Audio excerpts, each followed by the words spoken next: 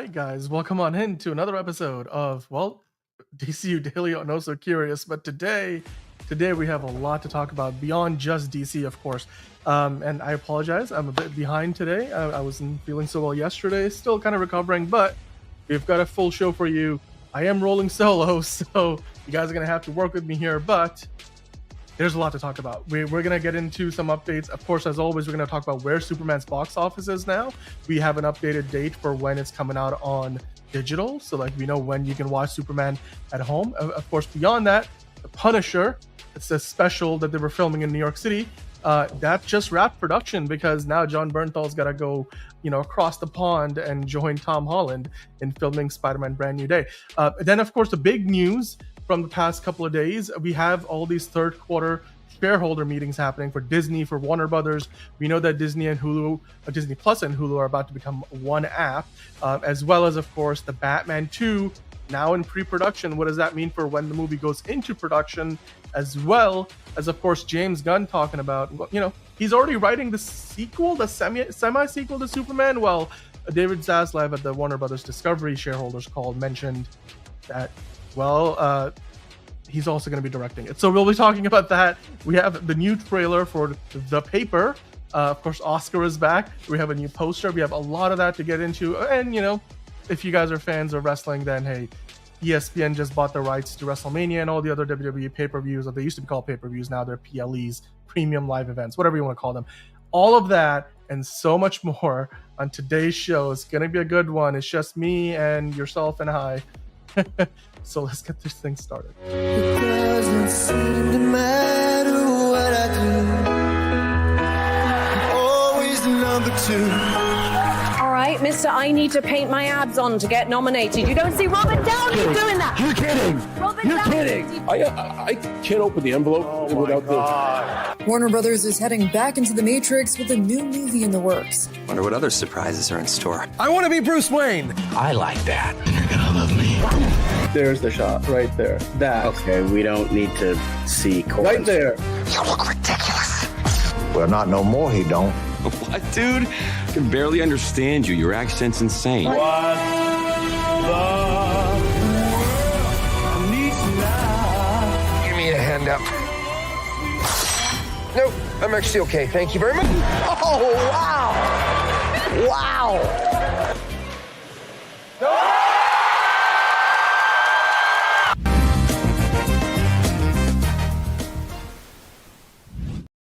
All right. Okay. Well, it's going to be a packed show. Like I said, today it is me, myself, yourself, and that's it.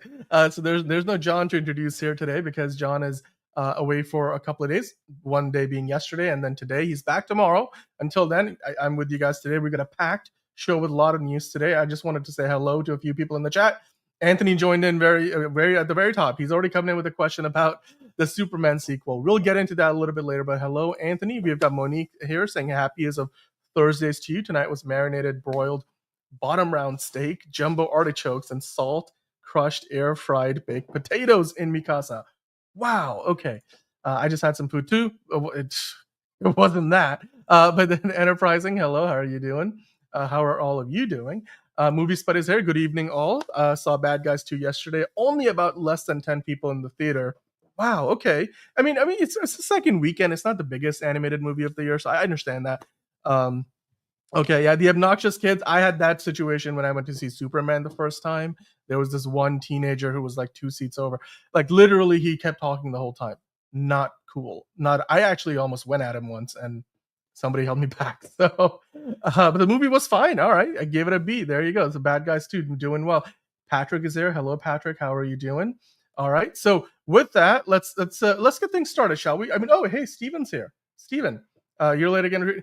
No, I was eating. Yes, but that's not the reason I'm late. I don't know if you can hear it in my voice. I haven't been feeling the best over the past day and a half. So, took a little bit longer to get things up and running. But hey, John isn't here today, so it's just myself. So we'll see if my voice can last the entire show.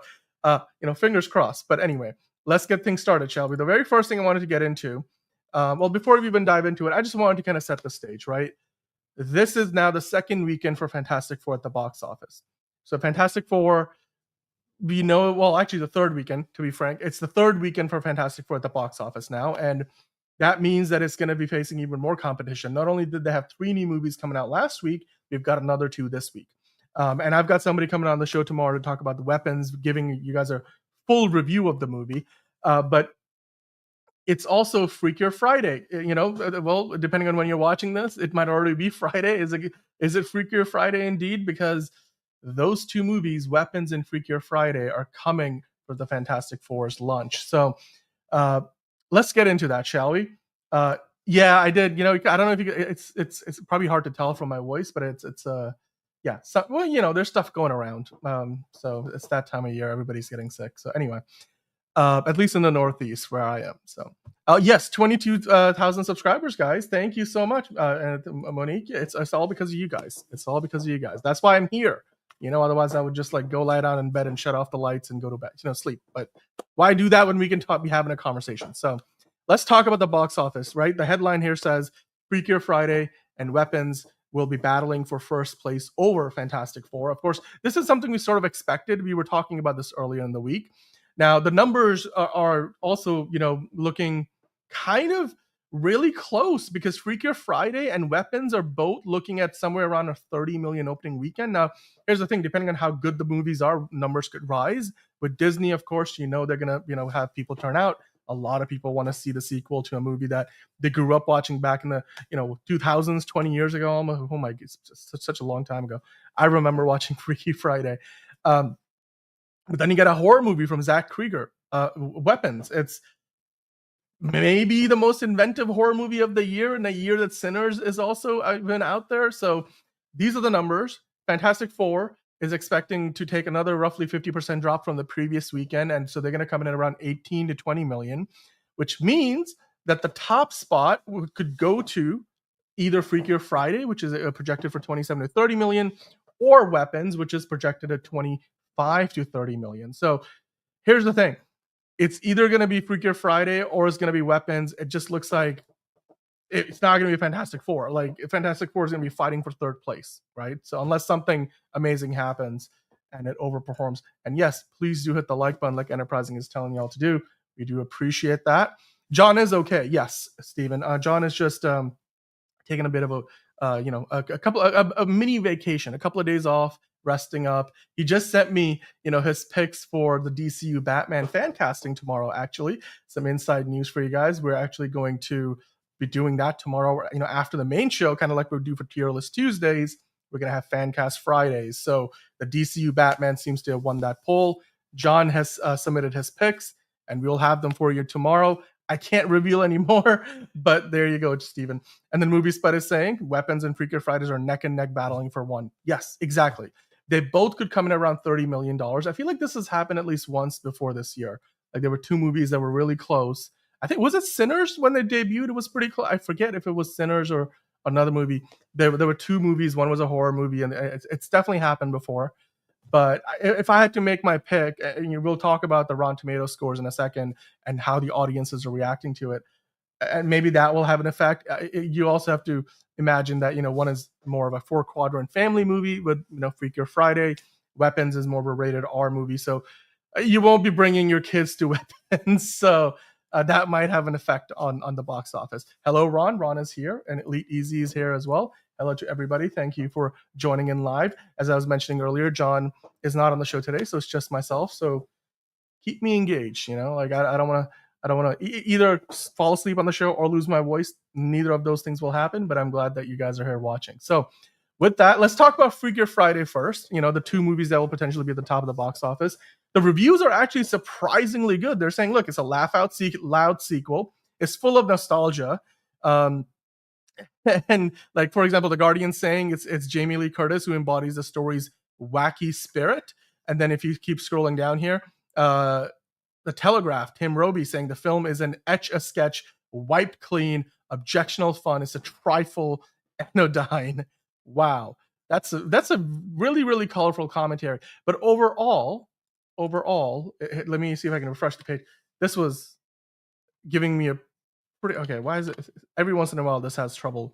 I'll keep refreshing until it, actually works. But basically, as you guys can tell, the Rotten Tomatoes score is 74%. That is not a bad score at all. 74%. I thought the number would be a lot lower. Like, quite frankly, I mean, it's certified fresh as well. If you look at it now here, 126 reviews, 74%. The audience rating isn't out yet. I have a feeling it's going to be higher than the critics score. Frankie G is here. Hello, Frankie. How are you doing? Anthony saying hello to Enterprising as well. Monique saying there haven't been a lot of family comedies, so this will do well. Exactly. And you know what? The good thing is, right now, there's something for everybody at the box office, right? If you want to watch a family comedy, you want to go to watch a Disney movie, literally, look, the last time there was a Freaky Friday movie coming out, Disney's biggest franchise was the Pirates of the Caribbean.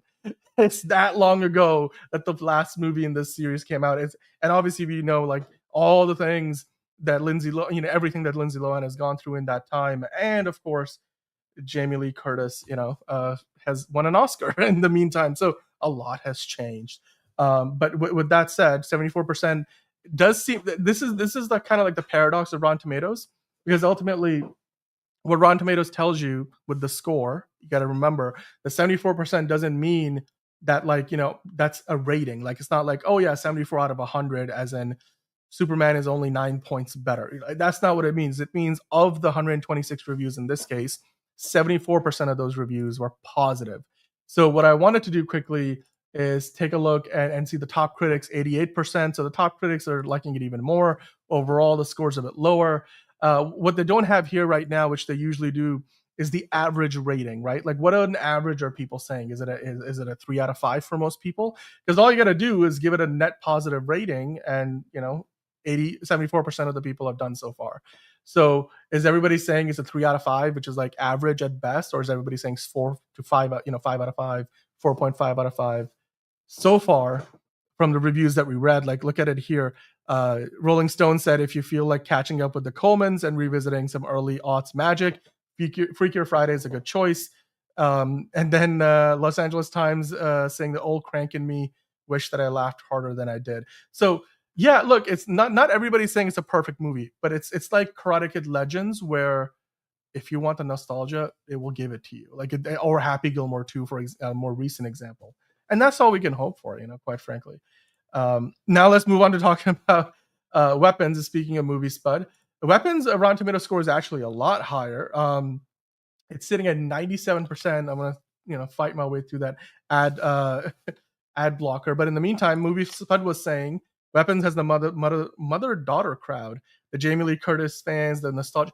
Oh, I think you meant to say Freakier Friday has the mother-daughter crowd. Exactly. Yes, definitely. I mean, yeah, exactly. Although in this movie, this is not a spoiler, in Freaky Friday, they don't just it's not just two people who switch bodies. It's like Lindsay Lohan, I think there's like 4 of them switch bodies, so there's even more chaos and confusion. But I guess it ends up being funny, so whatever. Weapons has buzz, great reviews, and could be an inventive horror film. Exactly, that's a great way to put it. And yeah, I mean, Freakier Friday it's 74%. Look, here's the thing: Rotten Tomatoes, once they say certified fresh, what that basically means is they don't expect that score to keep dropping. So there's no reason for us to expect that Freakier Friday is going to be 61% tomorrow or by Monday. So 74%, not as high as some of the other movies you've been talking about, but for example, 97% for Weapons, but 74% is not that bad. Yeah, and this is exactly what I was mentioning earlier, movie Spud. If you guys had to pick which movies were going to win the weekend, I think Freakier Friday has a bigger shot because of the wider appeal. There'll be more families, people of all ages going to watch the movie. So yeah, exactly. Yeah, no worries. I understood what you were saying, but yeah, basically with Weapons, 97%, it's certified fresh.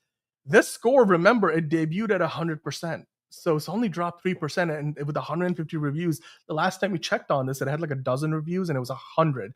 So it's perfect for a long time.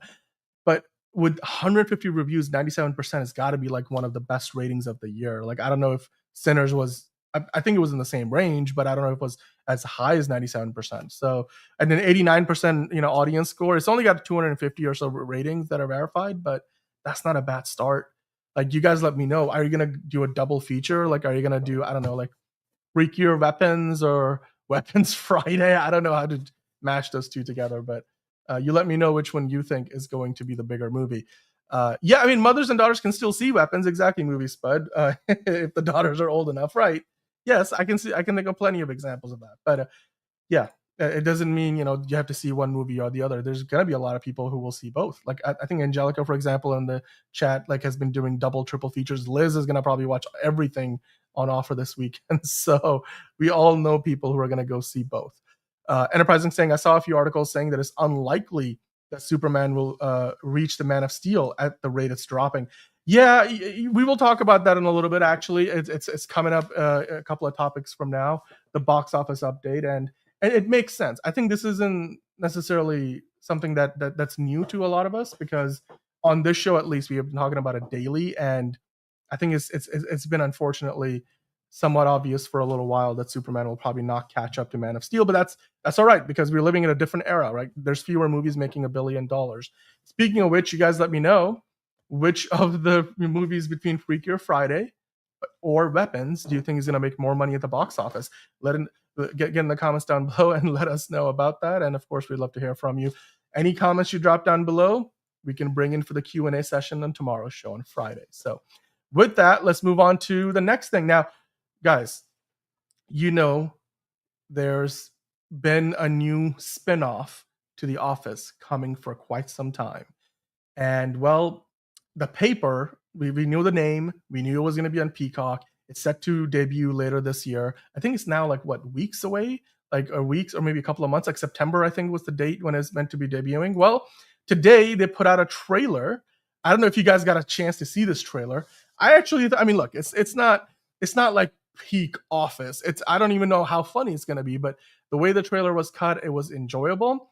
My favorite parts, I'm sure a lot of you guys' favorite parts, are when Oscar shows up for the first time. He's like, nope, I'm not doing this again. I'm not doing it. And then he shows up at the end of the trailer again. He's like, look, I'm going to ruin this for you. I'm going to ruin this. And he's like, he says the F word. And then it's like, yeah, can't hurt us now, because the mockumentary crew from The Office, that has moved over. That's the premise. The mockumentary crew from The Office and Dunder Mifflin, basically, they went from Scranton all the way out west to a small town newspaper. I forget, is it Colorado? Whichever state they're in. They're like, we don't care if you swear now. We're on Peacock. We're not on TV. So we're not going to have to, bleep that. Like, you can swear all you want, Oscar. So I like how they're leaning into that. Monique is really waiting for Tron Ares, Now You See Me 3. You know what? I want to see all of those movies as well. But, they're going to be here before we know it. Yeah. Oscar, yeah, he's the only returning character. Exactly. And that's fine. I think, again, this is something we knew, because this was made public quite a while ago. So with that said, yeah, like Steven is saying, I'm kind of ready for this. Yeah. Well, I don't know if you know, it's like she's not into stuff that's like cringy, cringe comedy is not really her thing. So yeah. All right. So John just sent me a message. He's going to see Weapons tomorrow. Actually, that's cool. I wonder if I'm going to have a chance to see. Anyway, The Paper, season 1. The new trailer's out. You can see some of the artwork here. This is going to be probably the tile on Peacock. And here's the thing: because we now know this is all from the world of The Office, I can't wait for all the cameos. Because if you got Oscar, then who else? I mean, who else do you want to see? Do you want to see Dwight? Do you want to see Jim? Do you want to see Pam? Is Michael Scott going to show up? Because doesn't he kind of live near where this paper, this newspaper company exists? Because I feel like he went out west, and this paper company is meant to be like out that way as well. So we might get a Steve Carell cameo. I wouldn't be surprised. But September 25th is when it's going to be. Well, actually, it's premiering on September 4th. Then 2 new episodes will follow every Thursday all the way through September 25th. So it's gonna have a 4-episode premiere, and then it's gonna have another 4 episodes coming out. So if you do, I think I did the math right. So there's gonna be about 8 total episodes. Greg Daniels, who's one of the creators of The Office, is part of this. And then I actually managed to find myself the poster, which is pretty much that same image earlier with the text in different places. It looks fun. It looks okay, fun. I'm not completely sold yet, but I mean, they're going to drop 4 episodes at once. So if you're going to be convinced, then 4 episodes should do it for you. Kevin is actually somebody I would really love to see. You look at all that, you look at that carpet right there, that is ripe for some chili. Like, he needs to bring his iconic chili, dump it on the carpet, then, use a clipboard to scrape it back in. You got to really like make sure the office smells like Kevin has been there. So, Monique, that's a good point. Yeah, I mean, Parks and Rec is also great. I love Parks and Rec, and I also love The Office. If I had to pick one, I would do The Office because I kind of enjoy The Office more. But you know what? There's that episode where Michael Scott is promised all the kids scholarships. I still can't watch that episode looking at the screen. I have to do this. I have to listen to the episode because it's so cringy. That's probably the most cringy thing any TV, anytime, ever, anywhere of all time. But yeah, Parks and Rec is iconic. And I'd love to see, if that's connected some. I think they've sort of implied that that's all part of the same universe, right? Because they're not in the same location. So you never know. 100%, but the haters will take the W's. Okay, you guys are still talking about Superman, which we'll get to. I saved your comment, movie Spud. Yeah, it's the Office. It's a different kind of humor, because with Parks and Recreation, their style of humor it became more endearing. Like Leslie Knope. Well, but I shouldn't say, because here's the thing. Steve Carell, by the time Michael Scott leaves the show, and was season 8, was it season 7 or 8? Which, by the way, I had a hard time watching that show without Steve Carell in it. Like, Michael Scott was still a flawed person, obviously, but he was much more likable. So his character really, softened up in a lot of, he had a lot of redeeming qualities by the time the character exited the show. Whereas, Leslie Knope, well, kind of the same actually, because they did start her off with like she was more of a dumb blonde in a way, which just felt outdated, wasn't working, and so they did tweak her character as well. So yeah, I think there's they're all from the same creator, so like they're different colors of the same rainbow, if you want to give it that. But yeah, hey, The Paper, it debuts on September 4th with 4 episodes, and then 2 new episodes will follow every Thursday all the way through September 25th. So that is a total of 8 episodes. And yeah, I mean, the fact they're dropping them that fast, maybe that shows you they're not entirely confident in this thing. I mean, the trailer looked okay. It wasn't the best thing ever, but it was funny. Like, Oscar was, this is the thing, right? It's like we were talking about Harry Potter, the new TV show. When the trailer comes out, people are going to be like, yeah, this looks like they're all cosplaying, unless it somehow blows us away, which this trailer didn't. So it's one of those things where you're trying to follow up something so iconic. Like, how do you do it? Like, how do you do it? Like, you'd have to go something in a very different directions, or if you're trying to do something that's relatively similar, then you're always going to get compared. So we'll see in literally less than a month's time if The Paper is any good. But yeah, I mean, Steve Carell, I would love to see back, and we all want to have a fun workplace comedy, because like Abbott Elementary is really fun, but it's not like The Office style. Like, it's not the same, And I hope like that, because this is on Peacock, they can push the envelope a little bit more, and I hope to do that. But yeah, let me know in the comments down below. What did you think about The Paper? Are you excited to see it? It's on Peacock. It's gonna be starting up on September 4th. So with that in mind, now we're gonna switch gears and we're gonna talk about some Superman, shall we? So you guys were mentioning in the chat. Let me quickly take a look. Movie Spud. Ooh, I just hit my microphone. I don't know if you guys heard that boop, but there we go. Ooh, it's all good. Okay. Well, Movie Spud was saying Man of Steel came out in 2013 when attendance was higher, tickets were cheaper, movies weren't rushed to streaming. All reasons you have talked about before. And it has beat Man of Steel on the domestic side, as in Superman has beat Man of Steel on the domestic side. And it's still a big hit and a success. I agree with you. And speaking of which, let's talk about it, shall we? Let's talk about where Superman is right now, because now it's set to surpass both the Suicide Squad, which had made $325 million domestically in the US and Canada, and Batman v Superman, which had made $330.4 million. And that's going to make it the 7th highest grossing DC film ever at the US box office of the domestic. The domestic box office technically counts the US and Canada. So, but yes, Superman is climbing up those charts. Of course, the international markets is really where it's much farther behind. If I want to show you, let me see if I can find these numbers. This is the up-to-date, the box office number when we're doing the show live 322 million domestic. So yes, it's gonna pass Suicide Squad. It's gonna pass not the James Gunn Suicide Squad, the 2016 Suicide Squad, and Batman v Superman by the end of this weekend, like the domestic box office. It's gonna be it's gonna make more money than both of those movies. So I think at that point it's only got like Aquaman and Wonder Woman sitting ahead of it. Let me see if I can find that one actually. Let's see if this is the list. Yes, so Superman is currently sitting here. It's got a Suicide Squad ahead of it. This list doesn't include Batman v Superman. I think this other one does. So where's Batman v Superman? If I organize by domestic box office, Batman v Superman made 330. Of course, if you add that to the other list, then it would be sitting right above Suicide Squad. And then Aquaman is not that far ahead, 335. So I think all three of those movies, and as well as Joker, all four of those movies will come down. So at that point, it was only going to have the Batman and the 2017, the original Wonder Woman movie ahead of it. I don't think it catches Wonder Woman. That's just too far to get to. And that was one of the really groundbreaking things that Wonder Woman did, is it became like the first, DC movie in the modern era to like cross that $400 million mark domestically. It's going to take a lot. Maybe the next Superman movie does it, or whatever sequel James Gunn is working on. But I don't think it's going to be this one. I feel like the ceiling is going to be the Batman, and I don't think it gets there. But yeah.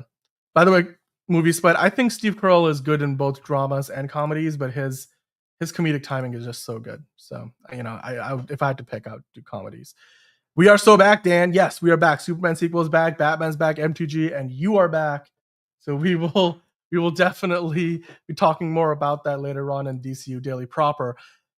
You know what? And speaking of Colbert, we actually do have a Stephen Colbert story later. I think it was oh no, John, I don't know if I actually have it in Quick Hits, but speaking of Stephen Colbert, Josh Brolin was offering him a job. He's like, go on your boat, or find something else to do with your time, like maybe watch my movies or something. It was kind of funny. Yes, it has passed. Superman has passed Jurassic World Rebirth now as well. And then I'm the opposite drama for Carell, comedies for Carrey. Okay, Jim Carrey. Look, it's movies hit us all differently. So it's for me, I prefer Steve Carell as a comedic actor because I just think he's one of the best at it. So for me, that's his better, superior attribute. Nothing against him as a dramatic actor. He's a fantastic actor regardless.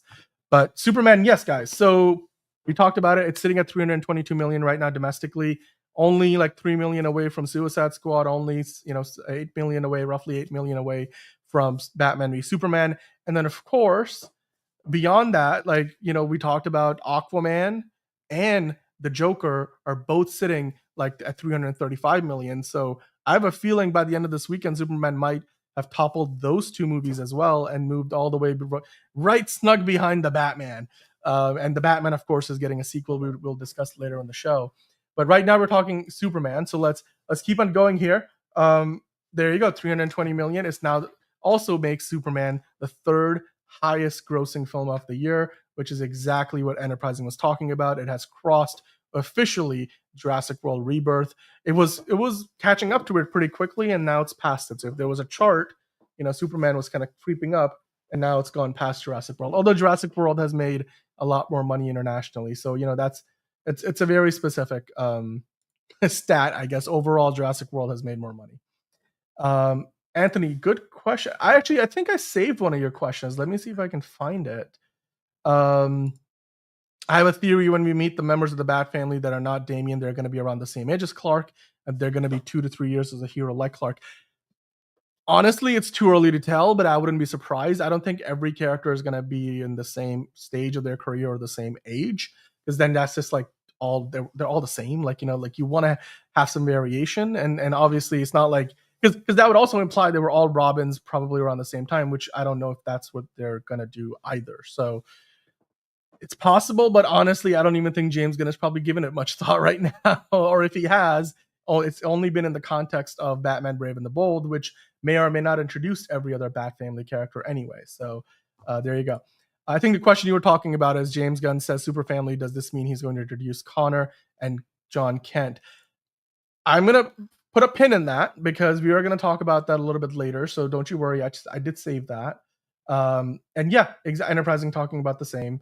Okay, so where does Superman currently rank domestically compared to movies like Captain America: Civil War, Winter Soldier, The First Avenger, and Avengers movies? Okay, that's a really good question. Let me see if I can find what's the best way for me to go about this.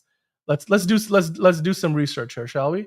So we're gonna get into this is the domestic box office right now. I'm gonna see if I can find. We're gonna do some research live. Why not?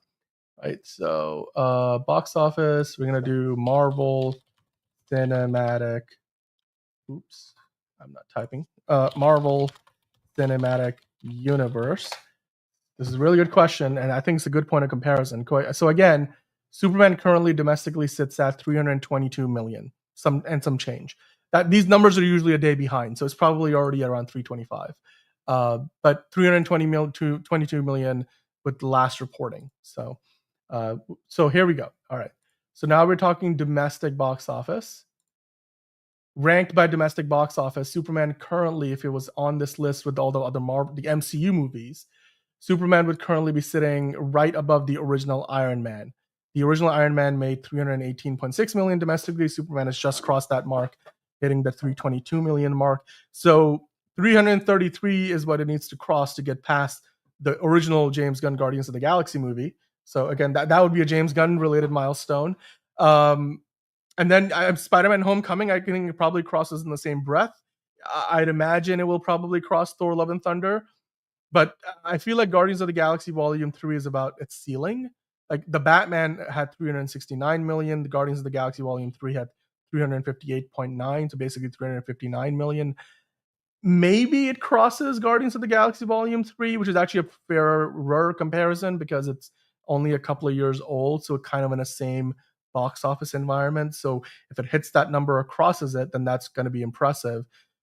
But the Guardians of the Galaxy movies, well, the Volume 2, it's not going to get past. Like I feel like this is the ceiling for Superman domestically, right? I mean, look at this. Look at how many Marvel movies are above this. That goes to show you the track record of the MCU. 623 million for the original Avengers, 459 for the second Age of Ultron, the Avengers movie. Of course, then you have 3 Marvel movies that have made at least 700 million domestically alone.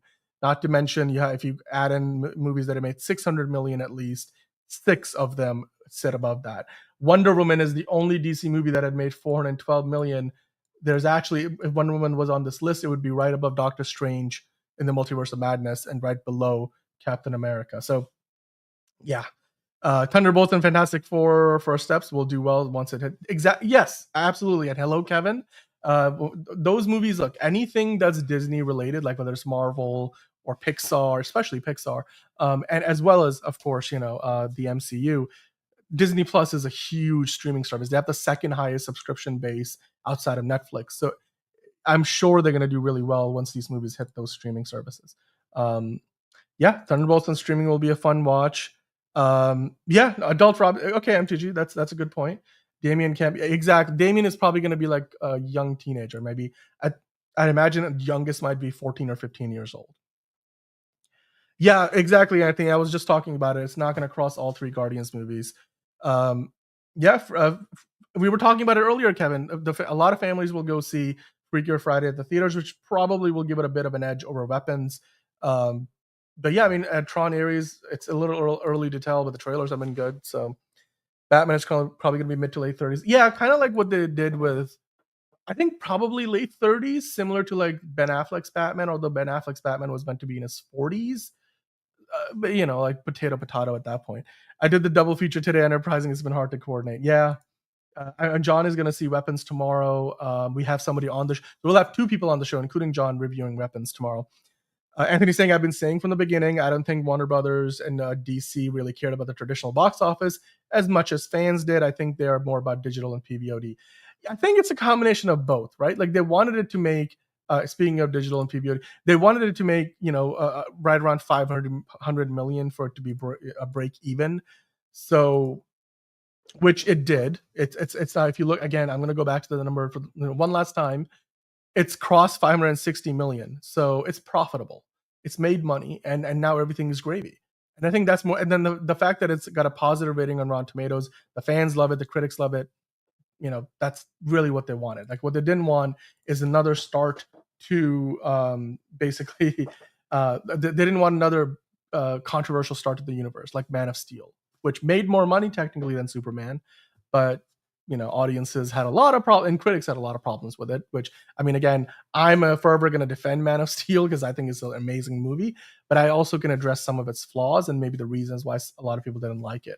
Here, Superman doesn't have that problem. And, well, like you were saying, strike while the iron is hot. We have a new digital release date. So for a brief moment, August 15th was being advertised. Before that, we had heard that August 26th would be the date. Now, officially, if you go on Prime, if you go on iTunes, wherever you're going to be able to buy the movie digitally or, even rent it, Superman will not be available to rent or buy on digital until August 26th, which gives it basically another 2 weeks to make as much money as it can. Now, here's the thing. When it comes out on digital, it doesn't mean that the movie won't be in theaters anymore. I imagine it will probably start to trickle out of theaters, so it won't be too many. It won't like stay in movie theaters for another 4 weeks. So, but there'll be fewer screens playing it. But like if you live in a big like metropolitan area, like near New York, LA, Chicago, Miami, Dallas, whichever, I'm talking obviously in the US, but even internationally, you'll still be able to see Superman past August 26th. There will be fewer showings. They won't be on the bigger IMAX screens. Like F1 is back in IMAX, but that's like a special case. So yeah, you could still see it in theaters, but a lot of people, I'd imagine, will be watching it at home. So it's not coming to HBO Max the same day as it's coming to digital. We don't have a date yet, but I'd imagine it's going to be sometime in September. Like usually nowadays, what they do is they'll give it a few weeks on digital. So 3 to 4 weeks, like more or less a month before they will put it on HBO Max. So if I had to guess, we're going to find out the exact date in the coming weeks.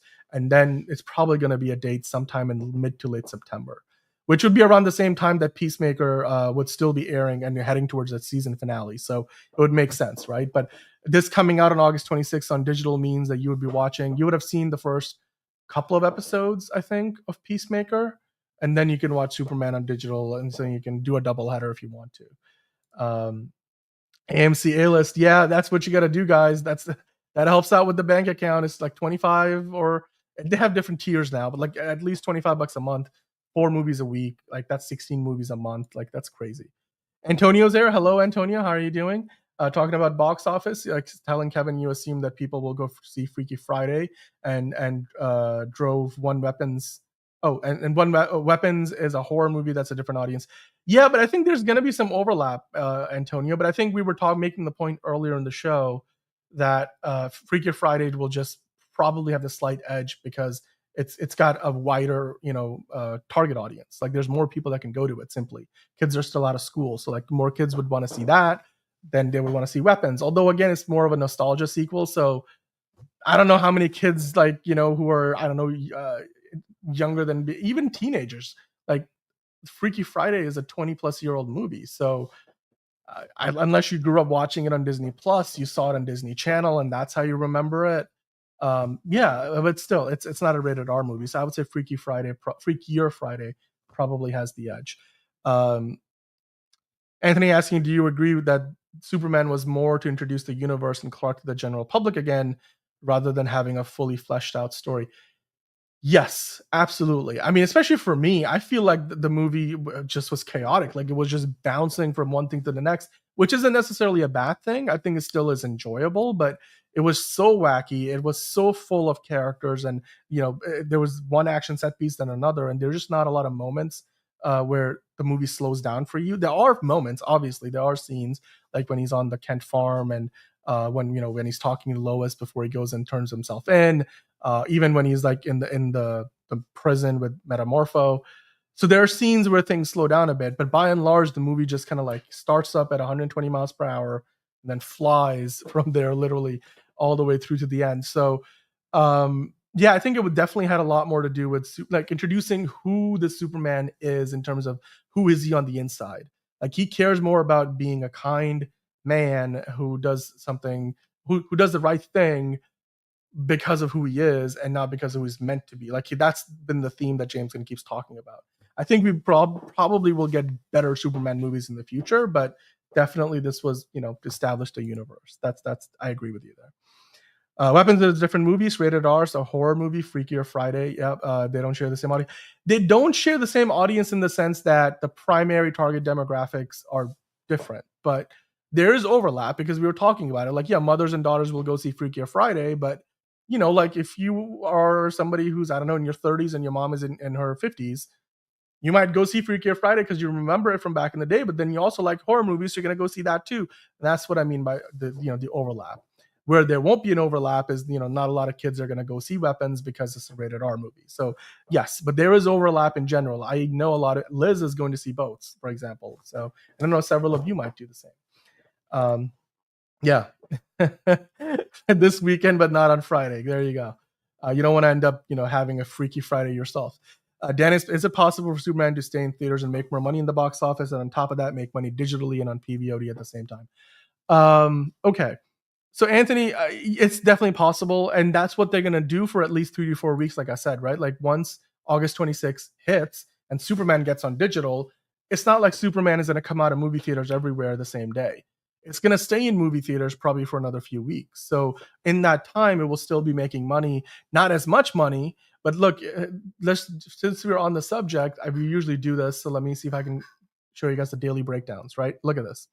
Now we're getting to the point where we have had the last 2 out of the 3 days. So this is in reporting August 7th. Let me see if I can refresh it. August 7th numbers haven't come in yet. But you can see here the daily performance for Superman, 2 out of the last 3 days that we're reporting, August 4th and 6th, it made less than $2 million. So it's getting to the point now where there will be days, like probably even next week, where it's going to make less than $1 million on a day, right? As opposed to when it first started out, like it took it, how many days? 7, 8, 9, 10.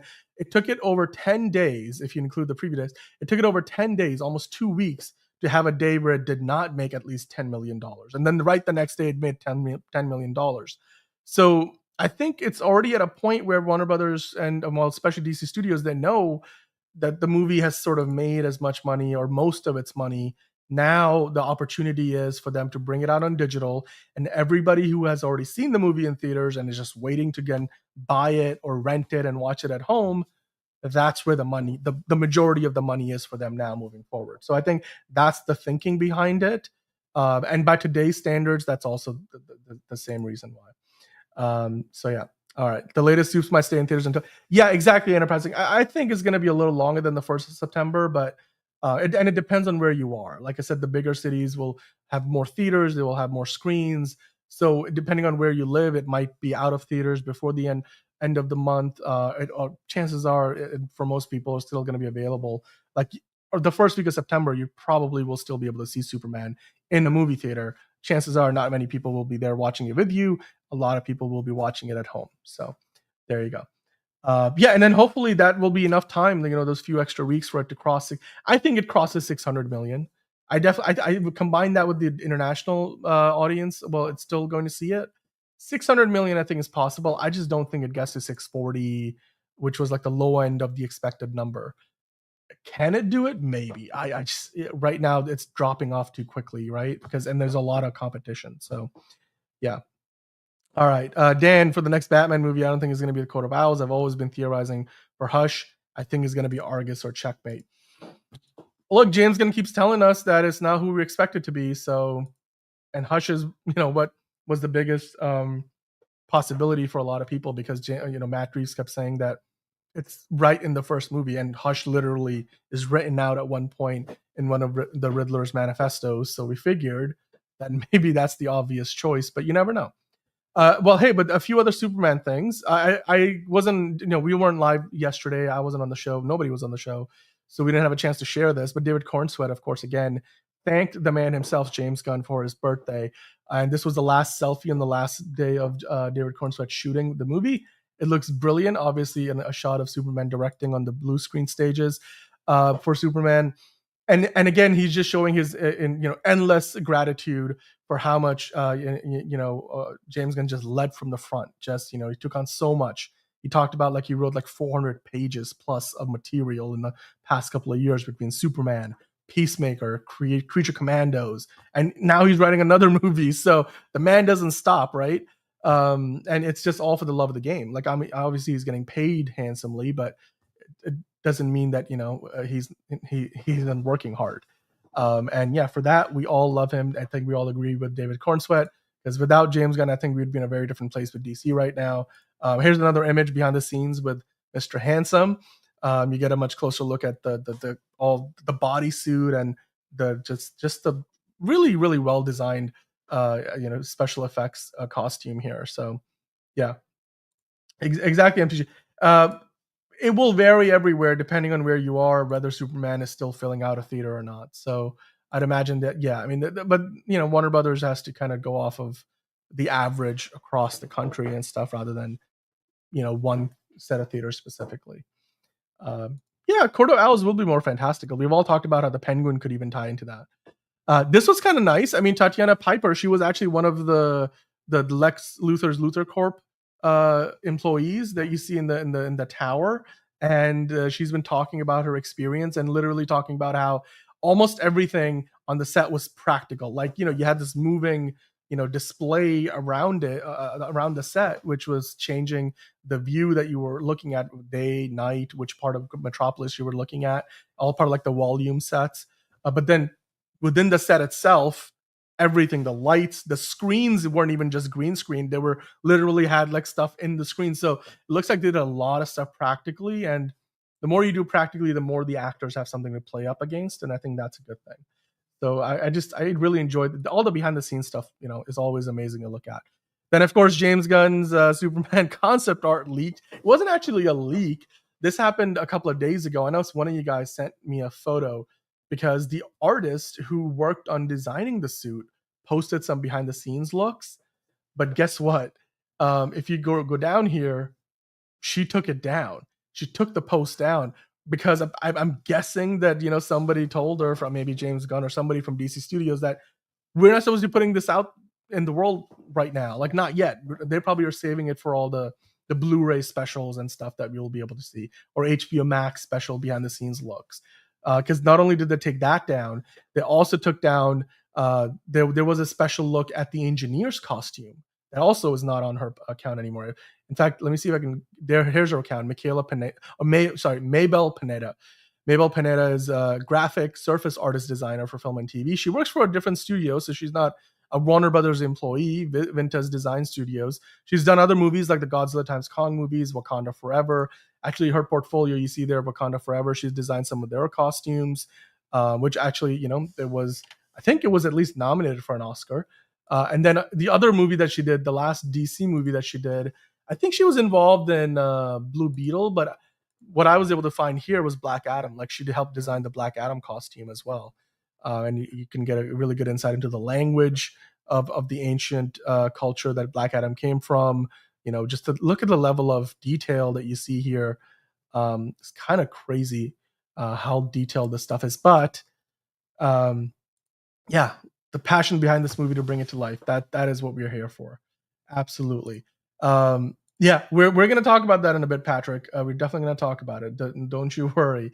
What's going to be the Superman sequel about? That's on the show coming up. But I mentioned that Mabel took everything down off her Instagram account because Warner Brothers Discovery, DC Studios probably got to her and be like, "You're not supposed to be sharing that yet."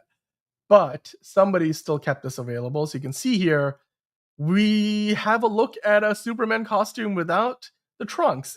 And they did some testing on it as well. You could see that the line details, like whereas in the suit that we do have, let me see if I can go back to the other image. You can see how those lines go all the way down the torso, because then there's the trunks that they can kind of tuck into. Unlike the Man of Steel suit where you don't have that, so like some of the design elements were different. Like those lines would have terminated right around the pectoral muscle area. It seems like the logo might have been a little bit bigger. It kind of looks off, this suit, honestly, because without the trunks, I mean, obviously you can't see the bulge as well, but like, outside of that, there's other things that seem kind of missing. And then, yeah, without the cape, you look at his butt, like, I don't know. It's also probably, I'd imagine this version of the suit, like the smaller pictures look like it's without the belt. So maybe the way they designed it, like the trunks literally go on as a second garment on top, and that's where the belt is. So there you go. I mean, Monique thinks it looks way better. I think this is an unfinished design, So I don't think if they were gonna do no trunks that this is what we were gonna get finally, because you could tell there's like sticky notes on these images that are probably like notes for changes that they would like to make. So yeah, I mean, a red belt could have looked better. That's a good option as well. So Salazar loves the bulge. Love the bulge. You were big fans of the bulge on the show.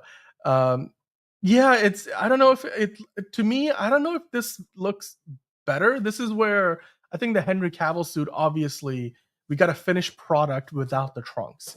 So they made sure that they accounted for it, like from a design perspective, that you weren't drawn to like an empty part of the suit where it just felt like it was under designed. I feel like they got to a point where they were like, all right, let's do a comparison. This is a version of it. Then they made the change, obviously going with the trunks. So, ultimately what we got is the final version of the suit with the trunks.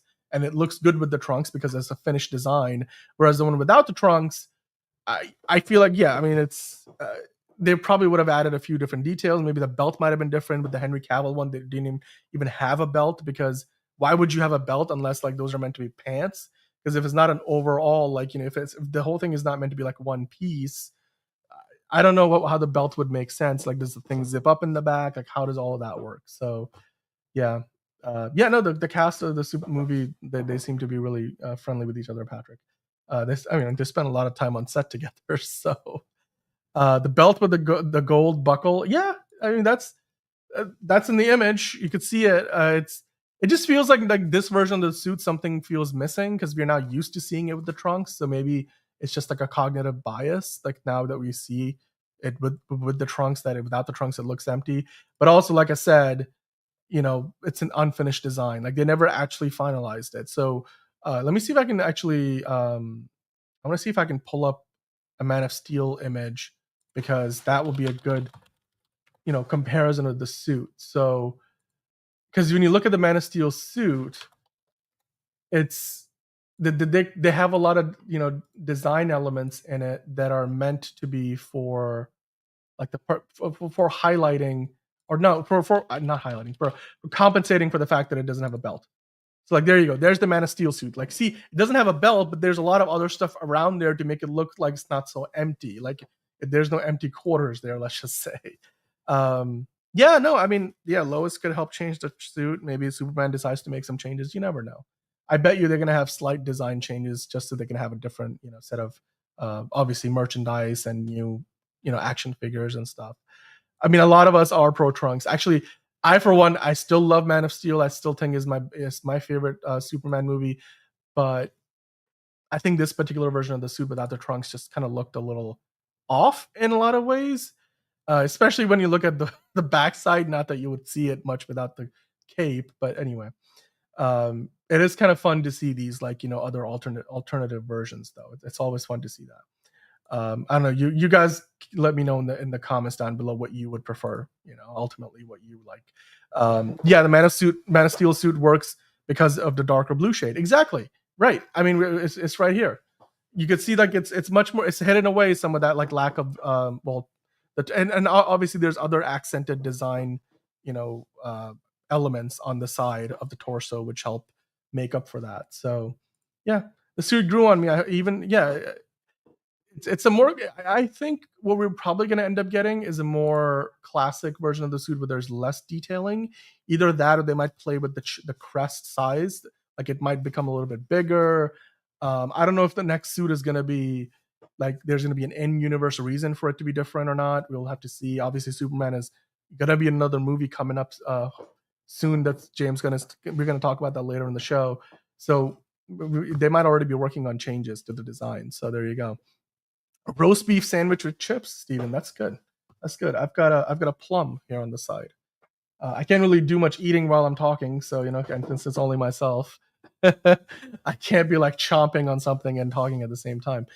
When John's back tomorrow, we'll be able to get back to eating on the show. I will keep on championing Man of Steel because I like the movie. Like, sue me, man. Like, whatever. Eagle Eye, hello. How are you doing, man? Haven't seen you in a while. Hope you're doing well. We're of course talking about the Superman suit with or without the trunks. We got some artwork from one of the movie's costume designers. her account actually took it down. Like she took it down because I'm sure Warner Brothers Discovery and DC Studios told her like, no, we can't put this out yet on the internet. But the internet never forgets, and so we do have photos. People took the images and saved them and reposted them. So there you go. Yeah, the sculpting of the Man of Steel suit, just it's the thing is like Frankie, I think you and I both do. Well, I don't know if you love Man of Steel or not, Frankie, but I did, and I think one of the reasons was the suit was.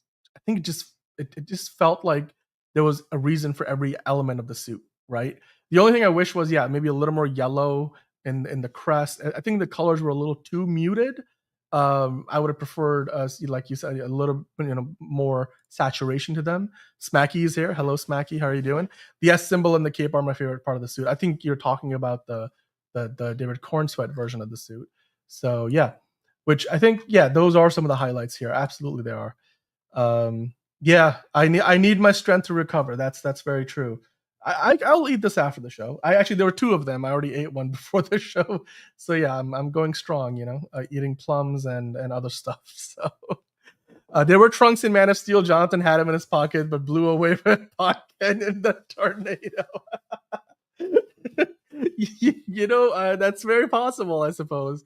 I don't know how that logic of it makes sense because he hadn't gotten his Superman suit until he finds that's a Kryptonian ship, but anyway, we're not gonna go down that rabbit hole, movies, but that's a fun joke though. Funny joke. Yeah, exactly. I mean, this is the thing about the DCEU. Like, you might not have liked all the movies, but I do think their suits, the suit designs were great for the most part. I mean, not everything it's not everything's gonna hit everyone the same way. Like, you might love it, somebody else might hate it. I, for example, love the suit. I love the movie. I actually right now I kind of really like the David Cornsweat suit. So and that's not to say at all that the Man of Steel suit is a bad suit. So anyway, but hey, you know what? One other thing for Superman cross promotion, because they're not done with the merchandise, right? Like, we've been talking about it endlessly every day on the show for the past what is it, like 5-6 months, a year? Well, Superman and Jazzwares have partnered up for, I don't know how best these look like plushy toys. They've got a Superman, a Crypto, and a baby Joey. So these are 8 inches tall. They look cute as hell. If you haven't already bought enough of these or like on other versions of these, then there you go. There's still more merchandise and more action figures for you to pick up on. Did you see what happened with Crypto yesterday in South Park? That's hard to watch. Was that meant to be Crypto? I did not see that. All the way. I have read the articles about the latest South Park episode, and unfortunately, because of how politically charged those episodes are, we're not going to discuss it on the show because we don't do politics on the show unless it's directly related to like a movie thing. And I myself am not like the biggest South Park fan, so yes, I did read about it though. Anyway, well, that's all the Superman stuff for the time being, but we obviously have to talk about the Superman sequel coming up. But before we do, let's kind of pivot over briefly. I know some of you guys are Marvel fans, so we're going to do our, at this point, almost daily MCU news roundup. So it's not so much MCU weekly anymore. But the very first thing I wanted to mention is The Punisher. The Punisher has now wrapped, the Punisher Disney Plus special, that is, the special presentation, as they call it, has wrapped what John Bernthal basically called an impossible task. They spent like 12 days filming this in New York City. Why? Because now he has to go film his scenes, John Bernthal does, for The Punisher in Spider-Man Brand New Day. And of course, Spider-Man Brand New Day is out filming, in Glasgow right now, in Scotland. So basically, he has to fly across the pond and work there. But he spent basically the last couple of weeks filming The Punisher on the streets of New York City. He had already been filming stuff for Daredevil Born Again before that. So John Bernthal, he's working hard, obviously. But I don't know. You guys tell me, are you excited now that we have all of the footage that they need in the can for the Punisher special presentation, which might come out even sooner than Daredevil Born Again next year. So it might be The Punisher, Daredevil Born Again, and then Spider-Man Brand New Day in the summer. So he works hard. I don't know if Liz was on the show, she would be all over this story. But There you go. So The Punisher has wrapped production, and it looks like John Bernthal is going to take the next flight out to Glasgow, and he's going to continue to work, but this time on Spider-Man Brand New Day. But, another movie that's currently filming out in the UK, right outside London at the Pinewood Studios, is the Avengers Doomsday and Secret Wars back to back. James Marsden was recently talking about it. And of course, in this article, we'll also get into the Spider-Man set video and then the latest box office from Fantastic Four. But James Marsden recently spoke to Vanity Fair that he was asked if it was strange to revisit the Cyclops character after such a long time, because he hasn't been in one of those movies since Days of Future Past, and even then he had like a very small bit. So he responded laughingly, "I'm getting a little long in the tooth to put on a superhero costume. I was excited because you're a part of something gigantic, and I've spent 20 years listening to people say, when are you coming back? And I'm dead." Well, maybe not. So yeah, because his character literally dies in next to it was the Last Stand, right? Like Phoenix kills him, kind of like in a really shitty way. But anyway, we got more video of Tom Holland's Spider-Man. This time around, he's saving a kid on the set of the movie in Glasgow. You could see that looks like a stuntman doing it, and then Tom Holland's on the side watching it all go down, which looks cool and fun. I don't know what you guys think about this. We're getting more and more footage each and every day. Yeah, I know, Eagle Eye. We're not talking about politics today. We're just talking about the movies and TV shows. Real talk, they should have just pushed this out as a low budget movie. I don't get it. Oh, you're talking about The Punisher. You know what? Yes, I would agree with you. Like, let it make some money, but you never know, right? Like it's gonna be interesting because 30-50 million they probably spent that much money making the Punisher special anyway. So yeah, you might as well make some of that money back. Yeah, there's more angles here, by the way, of the whole saving the kid moment. Here's the thing: when they shoot this stuff practically, you can see how much of it is actually practically being shot. Like, they're going to replace them with CGI digi doubles, as they call them, once the two characters get off the ground. So Spider-Man and that kid will get replaced with CGI doubles. But yeah, there's more footage here. They're still shooting more parts of the same sequence. Looks like a police chase where they're chasing a tank. That must be a really fast tank if the cop cars are having a hard time keeping up with it. Tanks are not designed to roll on streets. So yeah. But Spider-Man is in action. We're getting to see a lot of this, and obviously they're doing it in the public eye, so people get to take all these photos. Yeah, it looks like we also have a new cast member, Melanie Scrofano, who was in Winona Earp and Revival, has now confirmed that she's joined the movie Spider-Man Brand New Day. We have no idea who she's playing in the movie, but you can tell she's out there in Glasgow, so she must be either now filming or set to film soon some scenes for the movie, so that's really cool. Yeah, the Universal theme park, you can definitely see some animatronic Spider-Man over there. But then we have an update on the box office for the Fantastic Four, guys. So this is an action-packed article on comicbookmovie.com. Go check it out for yourself if you want to read the details. But Fantastic Four, as of right now, until at least this weekend, is still number one at the box office. Going into its third weekend, it is now made, at last check, $214.5 million. It made almost $4 million on Wednesday, which is still a pretty good day. Superman was making that kind of money a week ago, so it's definitely behind Superman, but it's looking to potentially max out at 295 million domestic. I remember Superman already sitting at 322 million and looking likely to go closer to 330 by the end of the weekend. So Fantastic Four is going to finish firmly behind that at maybe at the highest 295, on the low end 280, which would put it still behind the 2016 Suicide Squad and certainly Batman versus Superman: Dawn of Justice, and Jurassic World Rebirth, all of whom Superman has now or is in the process of passing by. There you go. I know you guys are probably like, we have talked enough about this. People are clearly not going to see the movie as much. But the next thing here, a couple of more Marvel things to get into. Sadie Sink's role in Spider-Man Brand New Day might have been spoiled, although here's the thing, this is not from an official source. We haven't seen her on set yet, but I know you guys are probably familiar if you're watching other shows on YouTube. Christian Harloff, he used to be on Collider. He has his own show on YouTube. He was talking about that he's got a source where he's heard that there's a pretty good guarantee that Sadie Sink is meant to be playing Gwen Stacy in the new movie, which is kind of interesting because, of course, we haven't seen Gwen Stacy since what was it, Emma It's not Emma Watson. I always confuse Emma. You get somebody gonna give me the right Emma from from the Amazing Spider-Man movies. She was, I think, her and Andrew Garfield had the best chemistry of any Spider-Man movies that we have seen to date. But it looks like, yeah, that's since we saw Gwen there, Emma Stone. There we go, Emma Stone. Since Emma Stone, we haven't seen a Gwen Stacy. So although Bryce Dallas Howard was in the original Tobey Maguire Spider-Man movies, thank you, Frankie. Emma Stone. Gwen Stacy has blonde hair. She's a redhead. Right, Antonio, that's the thing. This is where I'm like, I don't know if I believe this, but Daniel Rickman also was putting out another rumor saying there are more villains in Spider-Man Brand New Day than I guess we have even been reporting about before. So we were already talking about like 5 villains. So maybe this is secretly a Sinister Six movie with Spider-Man in it. Who knows? Interesting. It will be interesting to see. What the reception will be. Brand New Day will easily make $1 billion. Don't you worry about that. The last 2 movies did. So M8, hello. How are you doing? Hello, everybody. You haven't missed all the DC news, although we did spend like a good 20 minutes talking about Superman. We still have more Superman to come. So don't you worry. Yes, Patrick. Yeah, Emma Stone played Gwen Stacy last.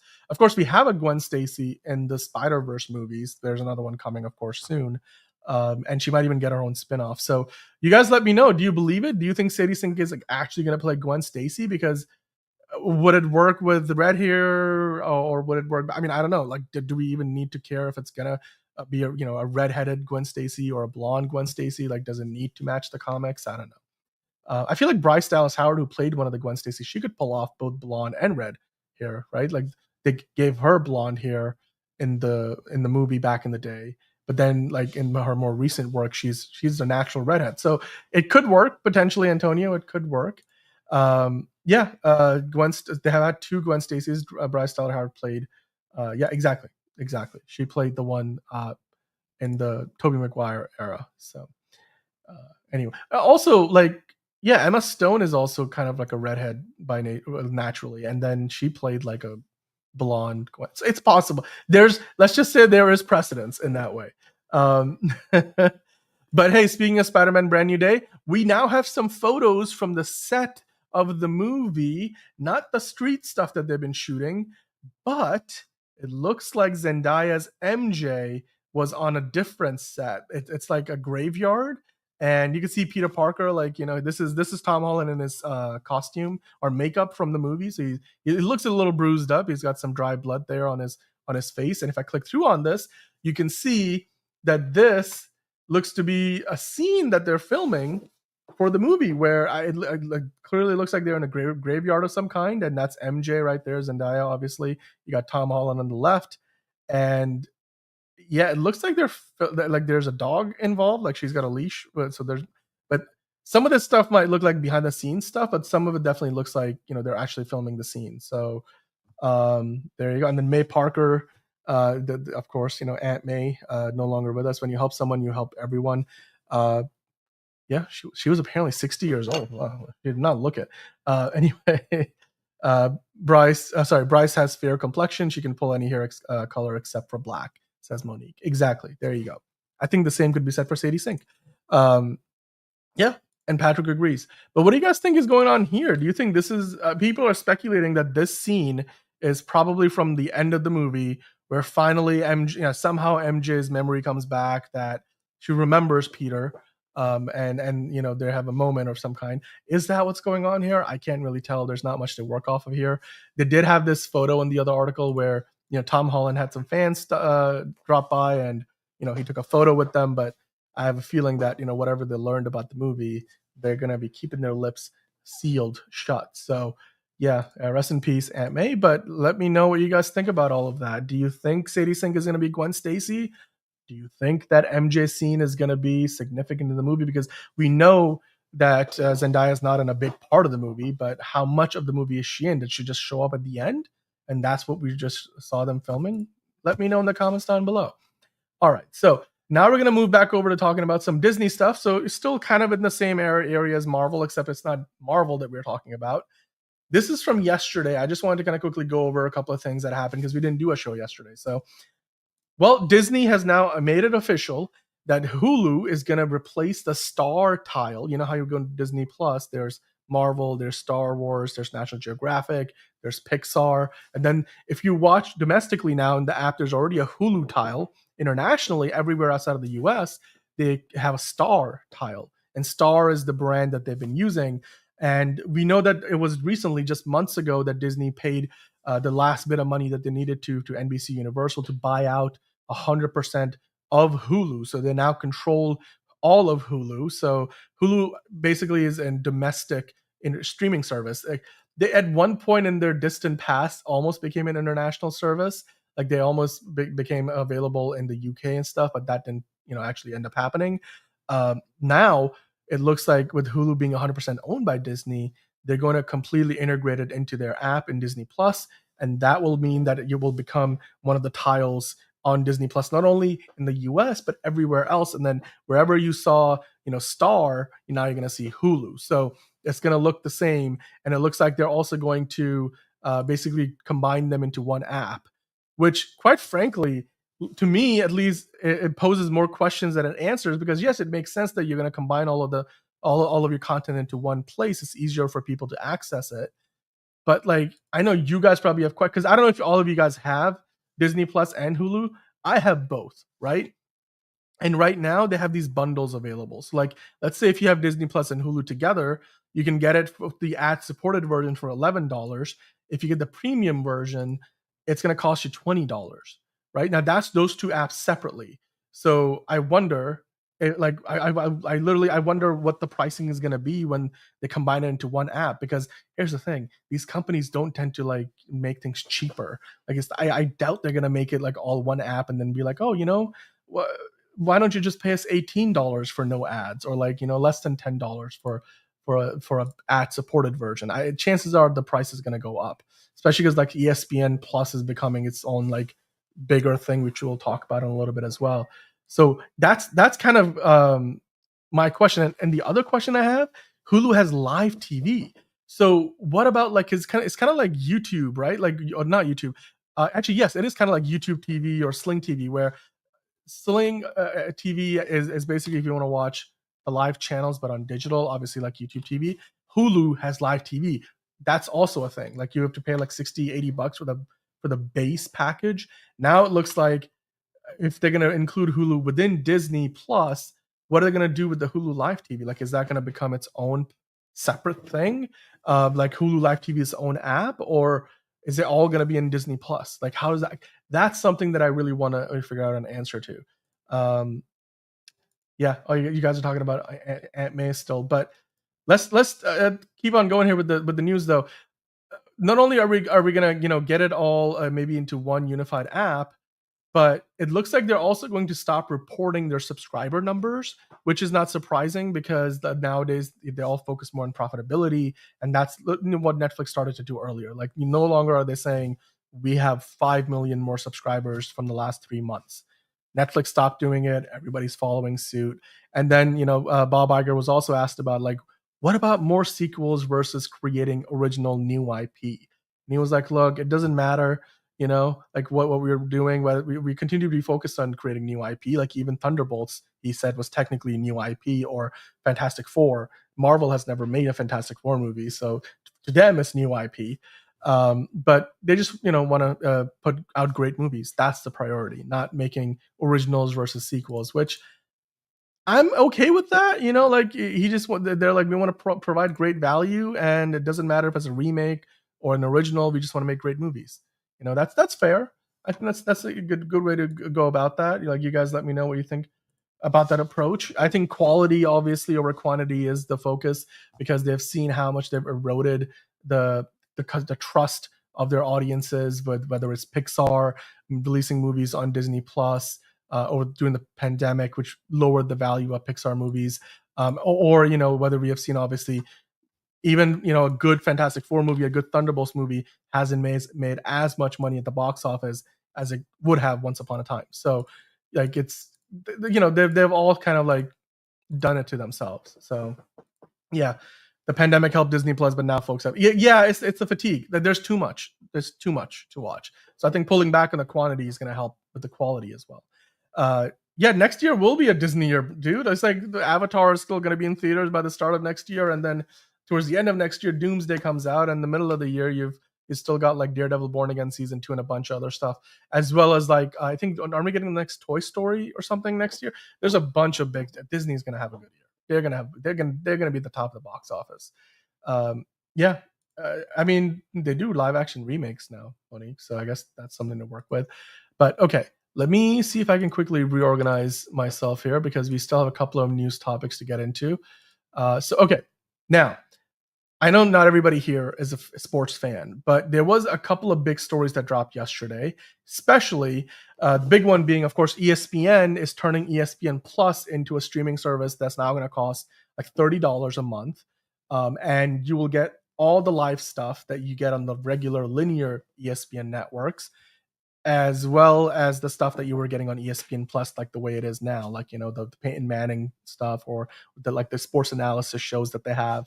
But as part of all of that, they've now added WWE, locking up the rights to their premium live events, including WrestleMania and all the SummerSlam, which are both 2-night events now, as well as Royal Rumble and all the other Money in the Bank, all the other pay-per-views. And they actually, you know, made a deal with the NFL where, you know, all the NFL games that ESPN has will be on there. Plus, they've actually, you know, also acquired a chunk of the NFL, you know, stake in the NFL. It's a minority stake. We'll talk about it in a minute, but yeah, I'm hyped for the new Predator as well. Badlands looks really fun, and it's got the right amount of humor.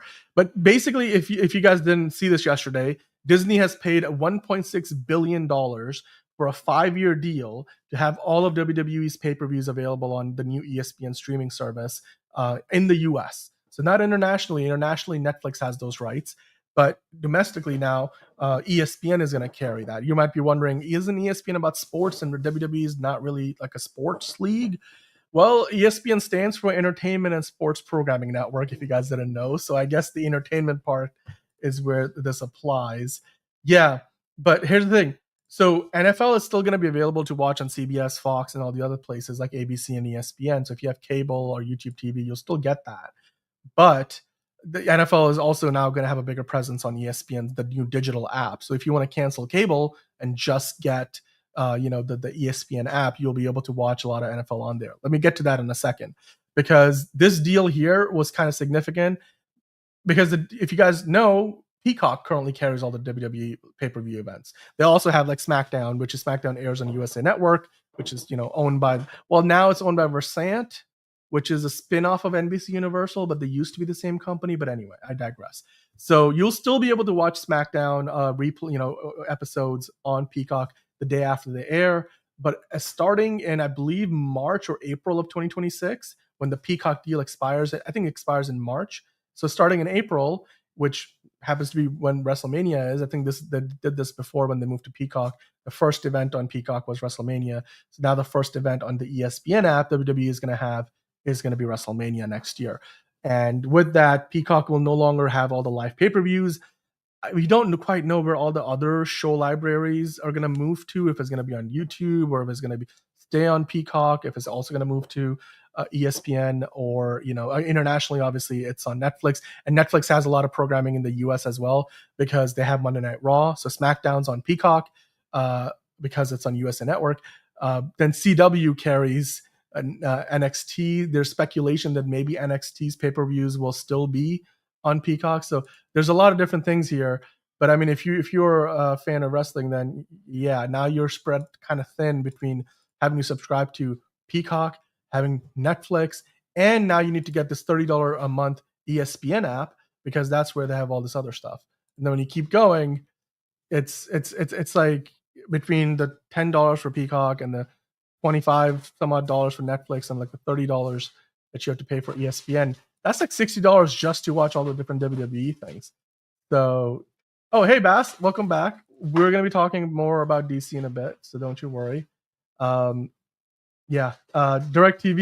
they didn't have anything on there for a little while. Now they're back. They figured their stuff out.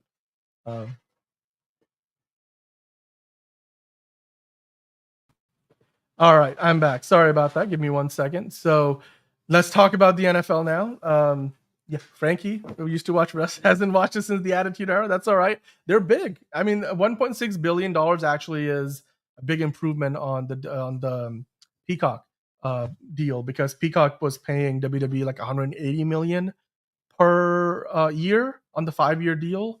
Now the new deal is 300 million, so they almost doubled their money. But ESPN not only paid out a chunk of cash to WWE for their pay-per-views, they've also got now a 10% stake in the NFL, and ESPN now actually owns the NFL Network. So all the NFL Network programming is now going to be, under the ESPN umbrella.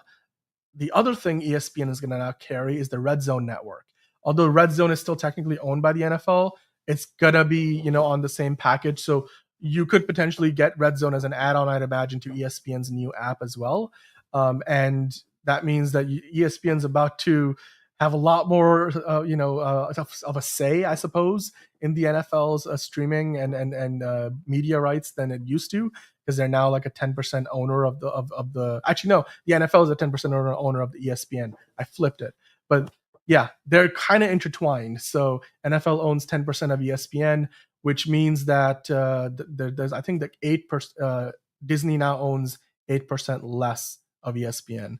And then there's a third minority holder, Hearst Media. Hearst is like they have newspapers. They own another chunk of ESPN. So with that, I mean, it's gonna be interesting to see. And if you watch NFL Network, now you might see like Stephen A. Smith pop up on NFL Network, because ESPN and the NFL Network are going to be all under the same umbrella. I also wonder if they're going to move all the production into Connecticut, where Bristol they have all their worldwide headquarters, or if they're still going to keep it out on the West Coast, where NFL Productions has their HQ. So it's going to be interesting to see how all that transpires. But ESPN having a big week as part of this whole Disney shareholder call week, where they've got themselves ESPN's got themselves a bigger deal with the NFL, because NFL Network also carries like 7 exclusive NFL games every year. So those are also now going to be available on the ESPN app. So boom, there's a lot of stuff there. But anyway, yeah, sorry, Enterprising. Just wanted to touch upon that. I'm a fan of sports. So let's get back to talking about the movie, shall we? Now is you guys' favorite time of the show. Well, not DC time, but guess what? It's Quick Hits time. So and we're going to talk about some Quick Hits. I know this kind of broke yesterday, but I can't talk about it because, of course, not only are we Knuff, but maybe the Doctor. The Doctor is also in town, and he's joining the universe far, far away, because now Matt Smith, the former Doctor, as well as the current House Targaryen, he's taking part. He's going to be the villain. He's going to be in the new movie opposite Ryan Gosling, and he's going to be playing the villain in Star Wars Starfighter. Of course, Mia Goth is already in the movie, and Sean Levy is directing the film. It's set to come out on May 28th, 2027. So still quite a ways away. But this was big news, obviously. Matt Smith now joins in alongside Ryan Gosling. I think it's a good villain choice. Hopefully he doesn't. I mean, it's not like it was his fault, but hopefully his turn in Star Wars is better than his time in Morbius. Yikes. Okay. Kind of hard for people that. Yeah, exactly, Johnny. As far as that ESPN app goes, $30 for just that one app is a lot of money. It's a lot of money. But ESPN, I think, will make the argument they've always sort of lost some of that revenue being part of cable packages. So now they're willing to offer people $30, get all your ESPN and only ESPN. If you don't want to watch, I don't know, the Weather Channel or something like that. So there you go. Yeah, glad Star Wars. It seems like they're back on track. I hope they don't delay this movie. But yeah, we are here for the quickies, so let's keep the ball rolling here. Of course, a Star Wars Starfighter. I'm excited. It's going to be coming out in May of 2027, and now we have basically the 3 leads of the movie. And speaking of leads of the movie, if I can actually get this page to load properly, obviously we have to talk about Batista. He's joining in the new Highlander movie with Amazon MGM. Of course, he's going to be the villain. Speaking of villains, Matt Smith is the villain in the Star Wars Starfighter movie. Batista is now going to be the villain opposite Henry Cavill in the Highlander movie. I don't know, guys. Are you going to be looking forward to seeing Batista as the villain opposite, basically Drax opposite Superman? Like, that's going to be interesting. That's going to be interesting. Bass Reeves still hating on Superman. That's all right, Bass. No, so M2G, this is the thing. The new ESPN app is not going to work that same way.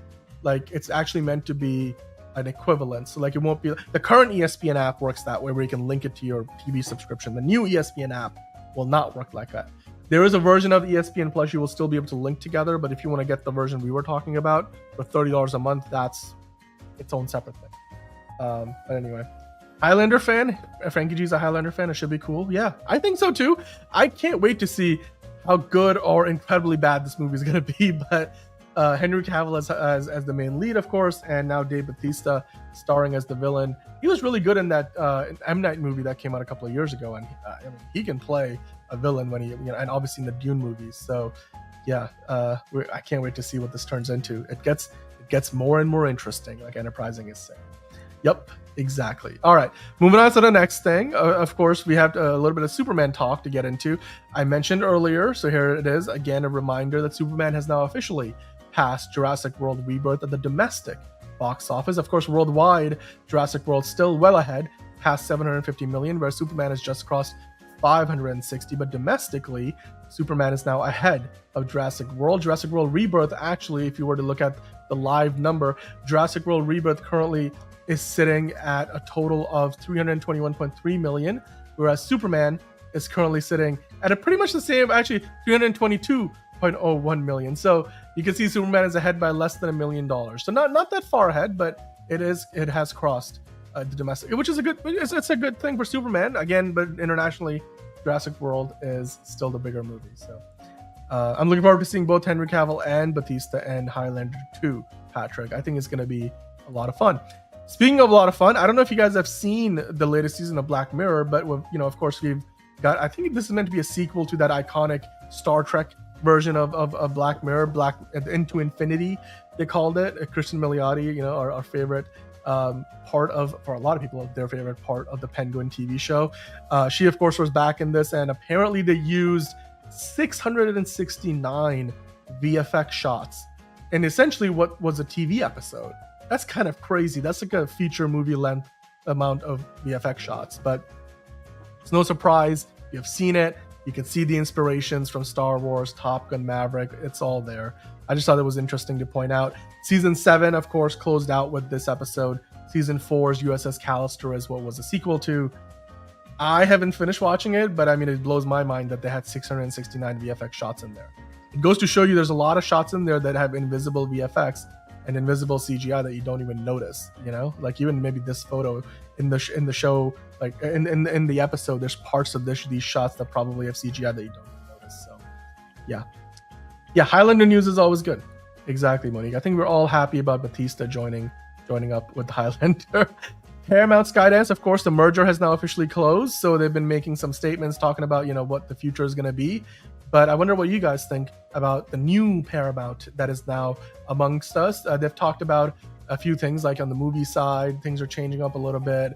They've got some new executives leading the company. And as well as, of course, on the TV side, Stephen Colbert is still canceled, the show that is. But hey, moving on to the next thing. Michael Bay and Will Smith have now parted company on the Netflix action film Fast and Loose. According to Deadline, Netflix is back out looking for a director for Fast and Loose after Michael Bay and Will Smith were unable to bridge creative differences, and Bay shook loose of the film on Wednesday. So basically, Michael Bay said, look, we can't come to terms on what this is going to be about. Sorry, Will Smith, I'm out. And well, the movie is meant to be about a man who wakes up in Tijuana, Mexico, so that's played by Will Smith, with no memory as he pieces together his past, kind of like almost like Bourne identity. He learns he's been living two lives. One is a kingpin of a crime family, and the other as an undercover CIA agent. The script is by John Heber, Eric Heber, Chris Bremner, and Eric Pearson. Wow, that's too many cooks in the kitchen. Okay, so this has got comic moments, action moments. And obviously Michael Bay wanted to put more attention to the action, and I guess Will Smith didn't. So yeah, not so much a marriage made in heaven, apparently. There you go. I mean, is it good? Because Michael Bay's not involved anymore, so I don't know if it's going to be Bad Boys level good. Yeah, and M2G, we all wish Netflix took it to theaters. Unfortunately, they're not going to. That's just not how they work. But hey, Aubrey Plaza is set to star in and produce the biopic of Hollywood Madam Heidi Fleiss. I don't know if you guys have heard about this, but this looks interesting to me. Of course, Heidi Fleiss from The Pinky Promise. The dark comedy marks the directorial debut of Leah Rachel, the creator of Netflix series Chambers. If any of you guys are interested in this, let me know. Aubrey Plaza is still doing great things. Moving on to the next thing, I don't have much else to say about that one. But what I do have something to say about is HBO Max. They're looking to crack down on all that password sharing you guys have been up to of late. It looks like they're going to be a lot more aggressive about it starting next month. This comes directly from the chief of Warner Brothers Streaming, JB Peretti. I'm not surprised. Netflix has been doing it lately, and Disney Plus even started to do it. I've been getting those notifications myself because, of course, everybody in my family uses my streaming service passwords. But it's all right. I do hope also Aubrey Plaza is doing okay mentally. Her I think they were separated or divorced, but her husband recently passed. So anyway, it is an interesting project, Monique. It absolutely is. But yes, of course, they are cracking down on passwords. They're the latest streaming service to do it. Netflix already does it. Disney Plus has been doing it, so I'm not surprised. Now, one of the other things that came out of the Warner Brothers shareholders call, amongst the many things we're going to get into in DCU Daily, was the fact that they're targeting 12 to 14 theatrical releases every year across key labels. What they mean by that is, of course, you got Warner Brothers Pictures, which Pam Abdi and Michael DeLuca are co-chairs of. Then you have DC Studios, with James Gunn and Peter Safran are co-chairs of. Then you have New Line Cinema. Of course, they're the ones who brought us all the Blade movies back in the day. And they do a lot of horror movies like the Conjuring franchise. And then Warner Brothers Animation, which they've done a lot of reorganization and they've got a few movies on the way as well. So, they got a new Dr. Seuss movie as well, which, by the way, 12 to 14 movies is basically the same amount of movies that Apple and Amazon have been saying they're going to be putting out. I'm kind of disappointed. Back in the day, Warner Brothers would do at least twice as many, but nowadays, most of these big studios are kind of cutting down the amount of movies that they're putting out in general, which is why we end up with like months of the year where nothing big is coming out.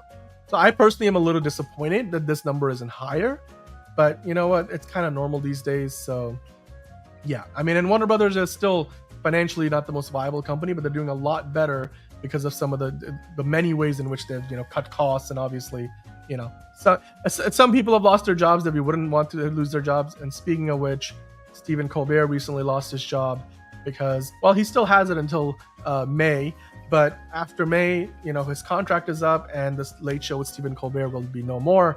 And the CBS chief, George Cheeks, who basically runs the network, and basically is the ultimate, decision maker behind anything CBS, including the Stephen Colbert late show. He recently explained the reasoning that he was like, look, it was mostly because they're just not making nearly as much advertising revenue.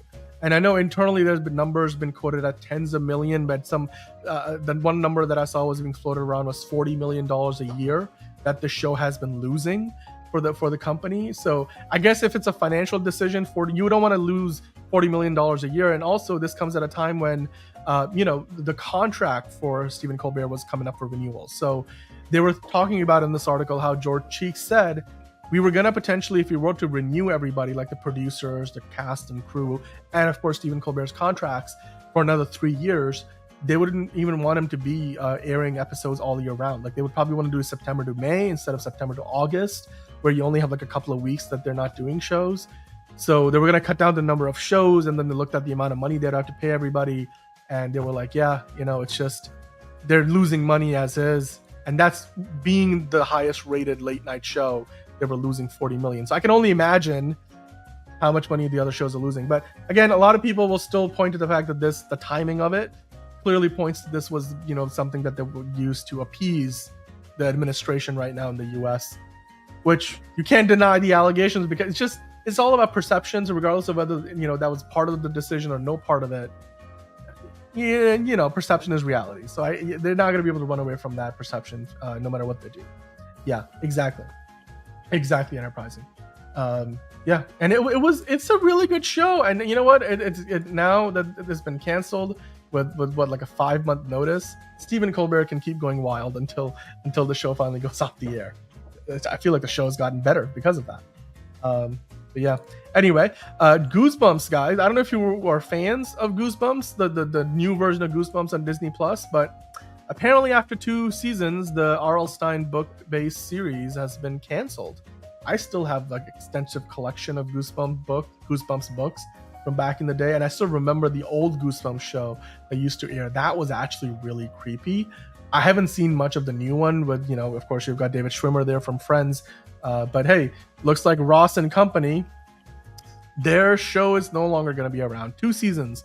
That's 2 more seasons than I thought we would be getting when I first heard about this. But Sony Pictures TV produces the show. They're going to look for a new home for it, but as of right now, Disney Plus is certainly not going to be paying for it. So there you go. Not surprised. Not a lot of people watch it anyway, and therefore it is gone.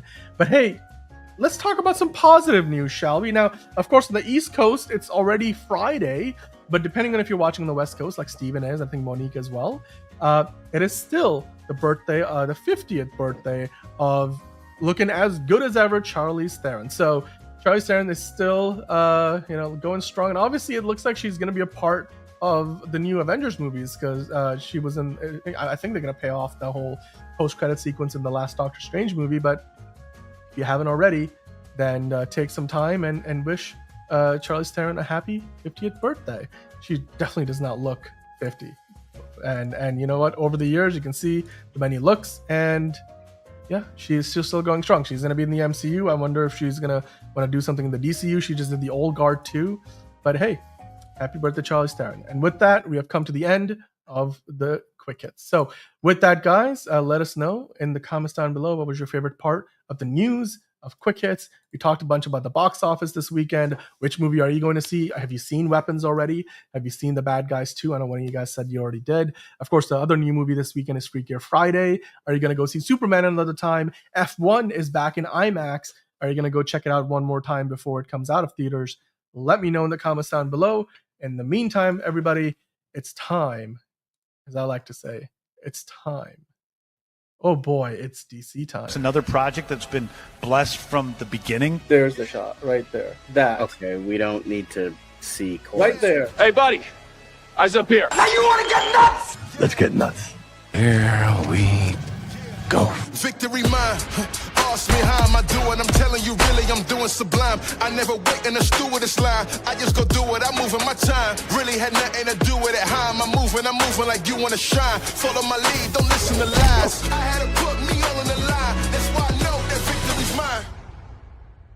I prefer Jared Leto. Hunka hunka.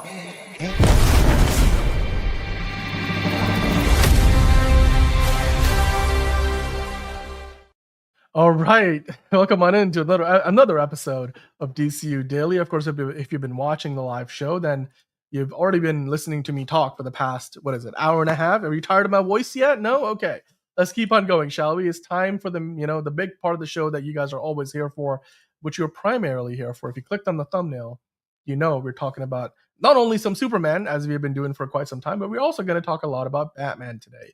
But before we get to the Batman talk, I want to kick off by talking a little bit about Superman. Now, this first story here, I think this actually comes to us from Johnny Dome. I don't know, Johnny Dome. I think you have a different name in YouTube, so you let me know if you're watching. But Johnny sent me this on Instagram. We are on Instagram if you guys want to find us. Also curious. It's in the description of this video on YouTube. But he sent me a review from Sarah Douglas watching the new Superman movie. Of course, if you guys remember, Sarah Douglas was in Superman 2, and all the way back, back in 1980?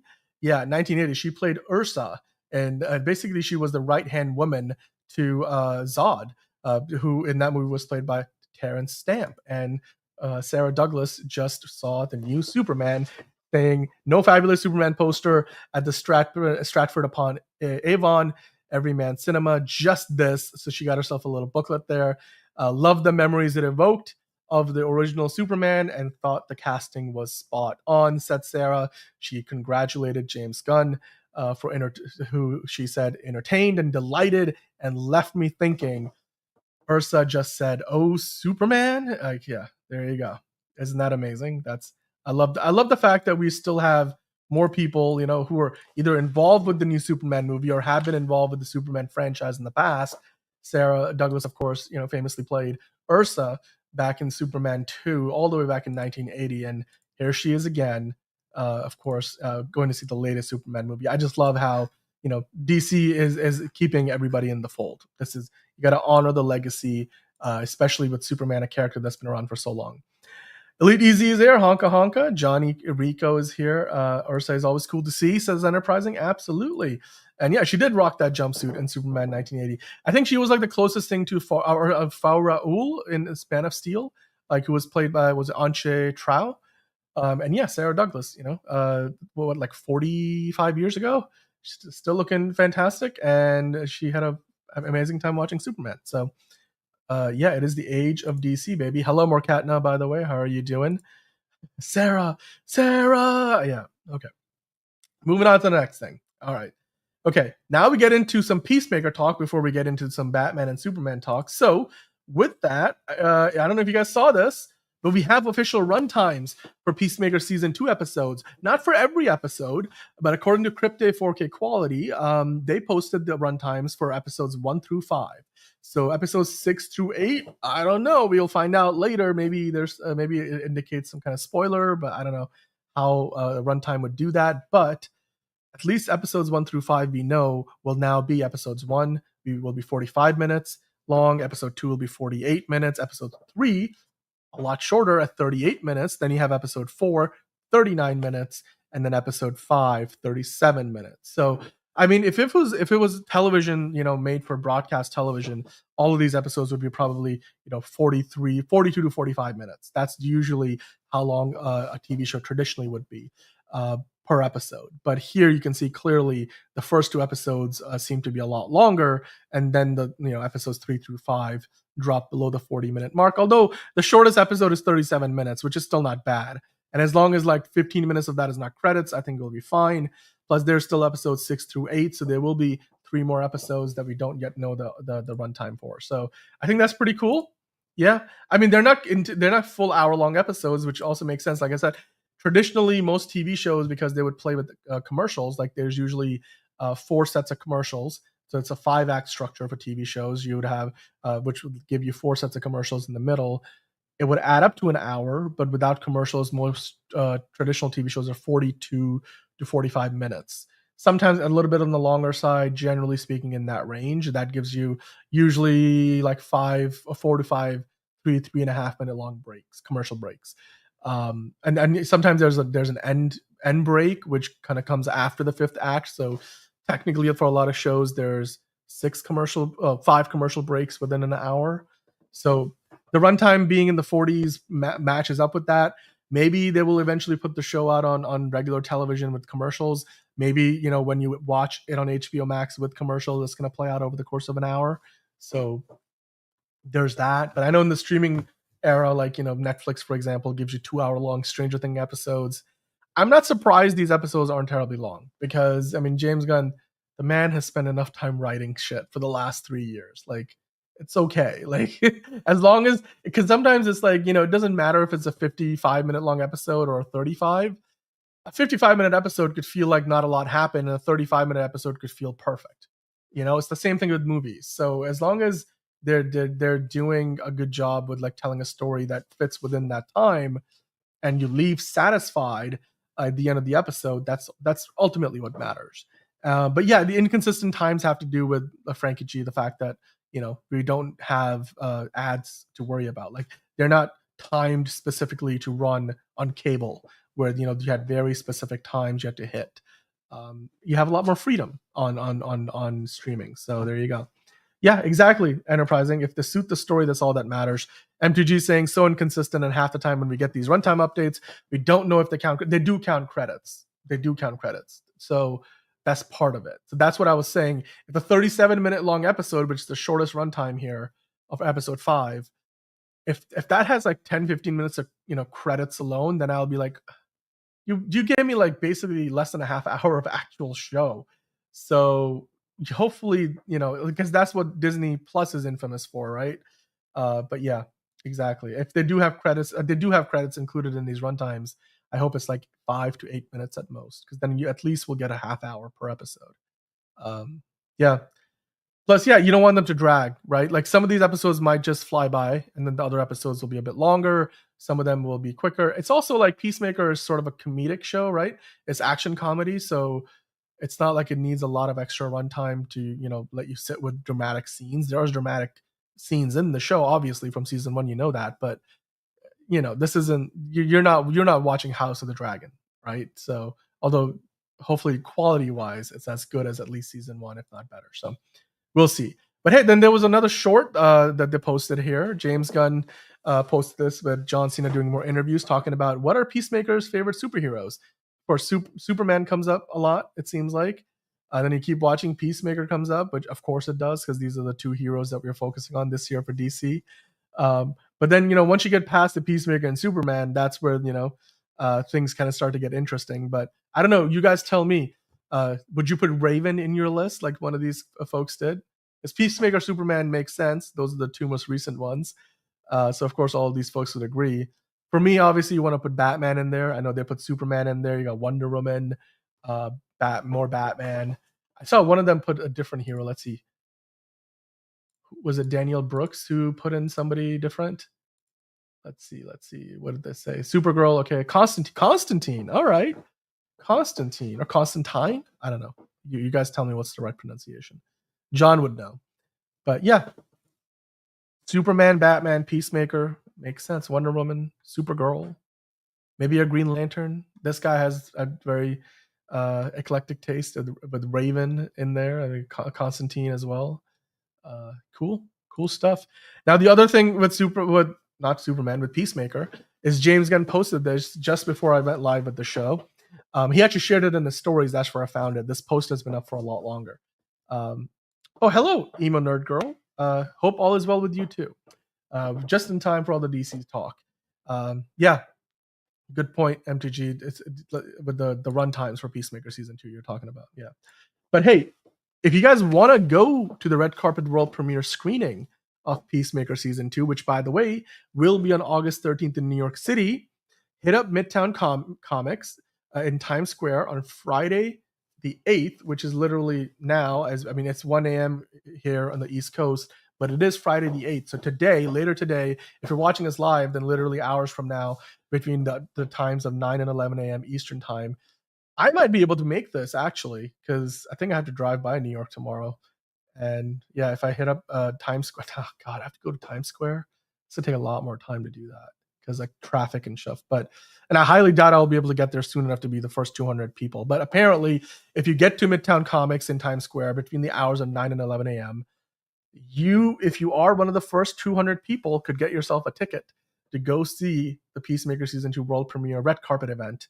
And the screening on next week on August 13th in New York City. So yeah, I am actually. I'm literally a couple of hours away from the city.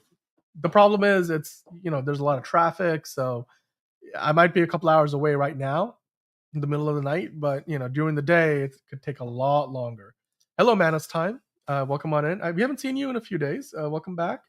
And we're glad that you're here. Today is just me solo because John is taking a day off and he'll be back tomorrow for the DCU fan casting. Batman we're talking about tomorrow, but right now we're talking about Peacemaker. I wonder if any of you guys are going to make it to Midtown Comics in time to pick up a ticket. You have to be one of the first 200 people. I imagine there's going to be a line. 200 people long? I don't know. Given how late the show is tonight, like in the middle of the night, I probably will be getting out of bed at 9 a.m. if I'm being honest. So I'm not going to be there. But yeah, maybe one of the folks that I know will be. So we'll see. We'll see if we can get them on the show.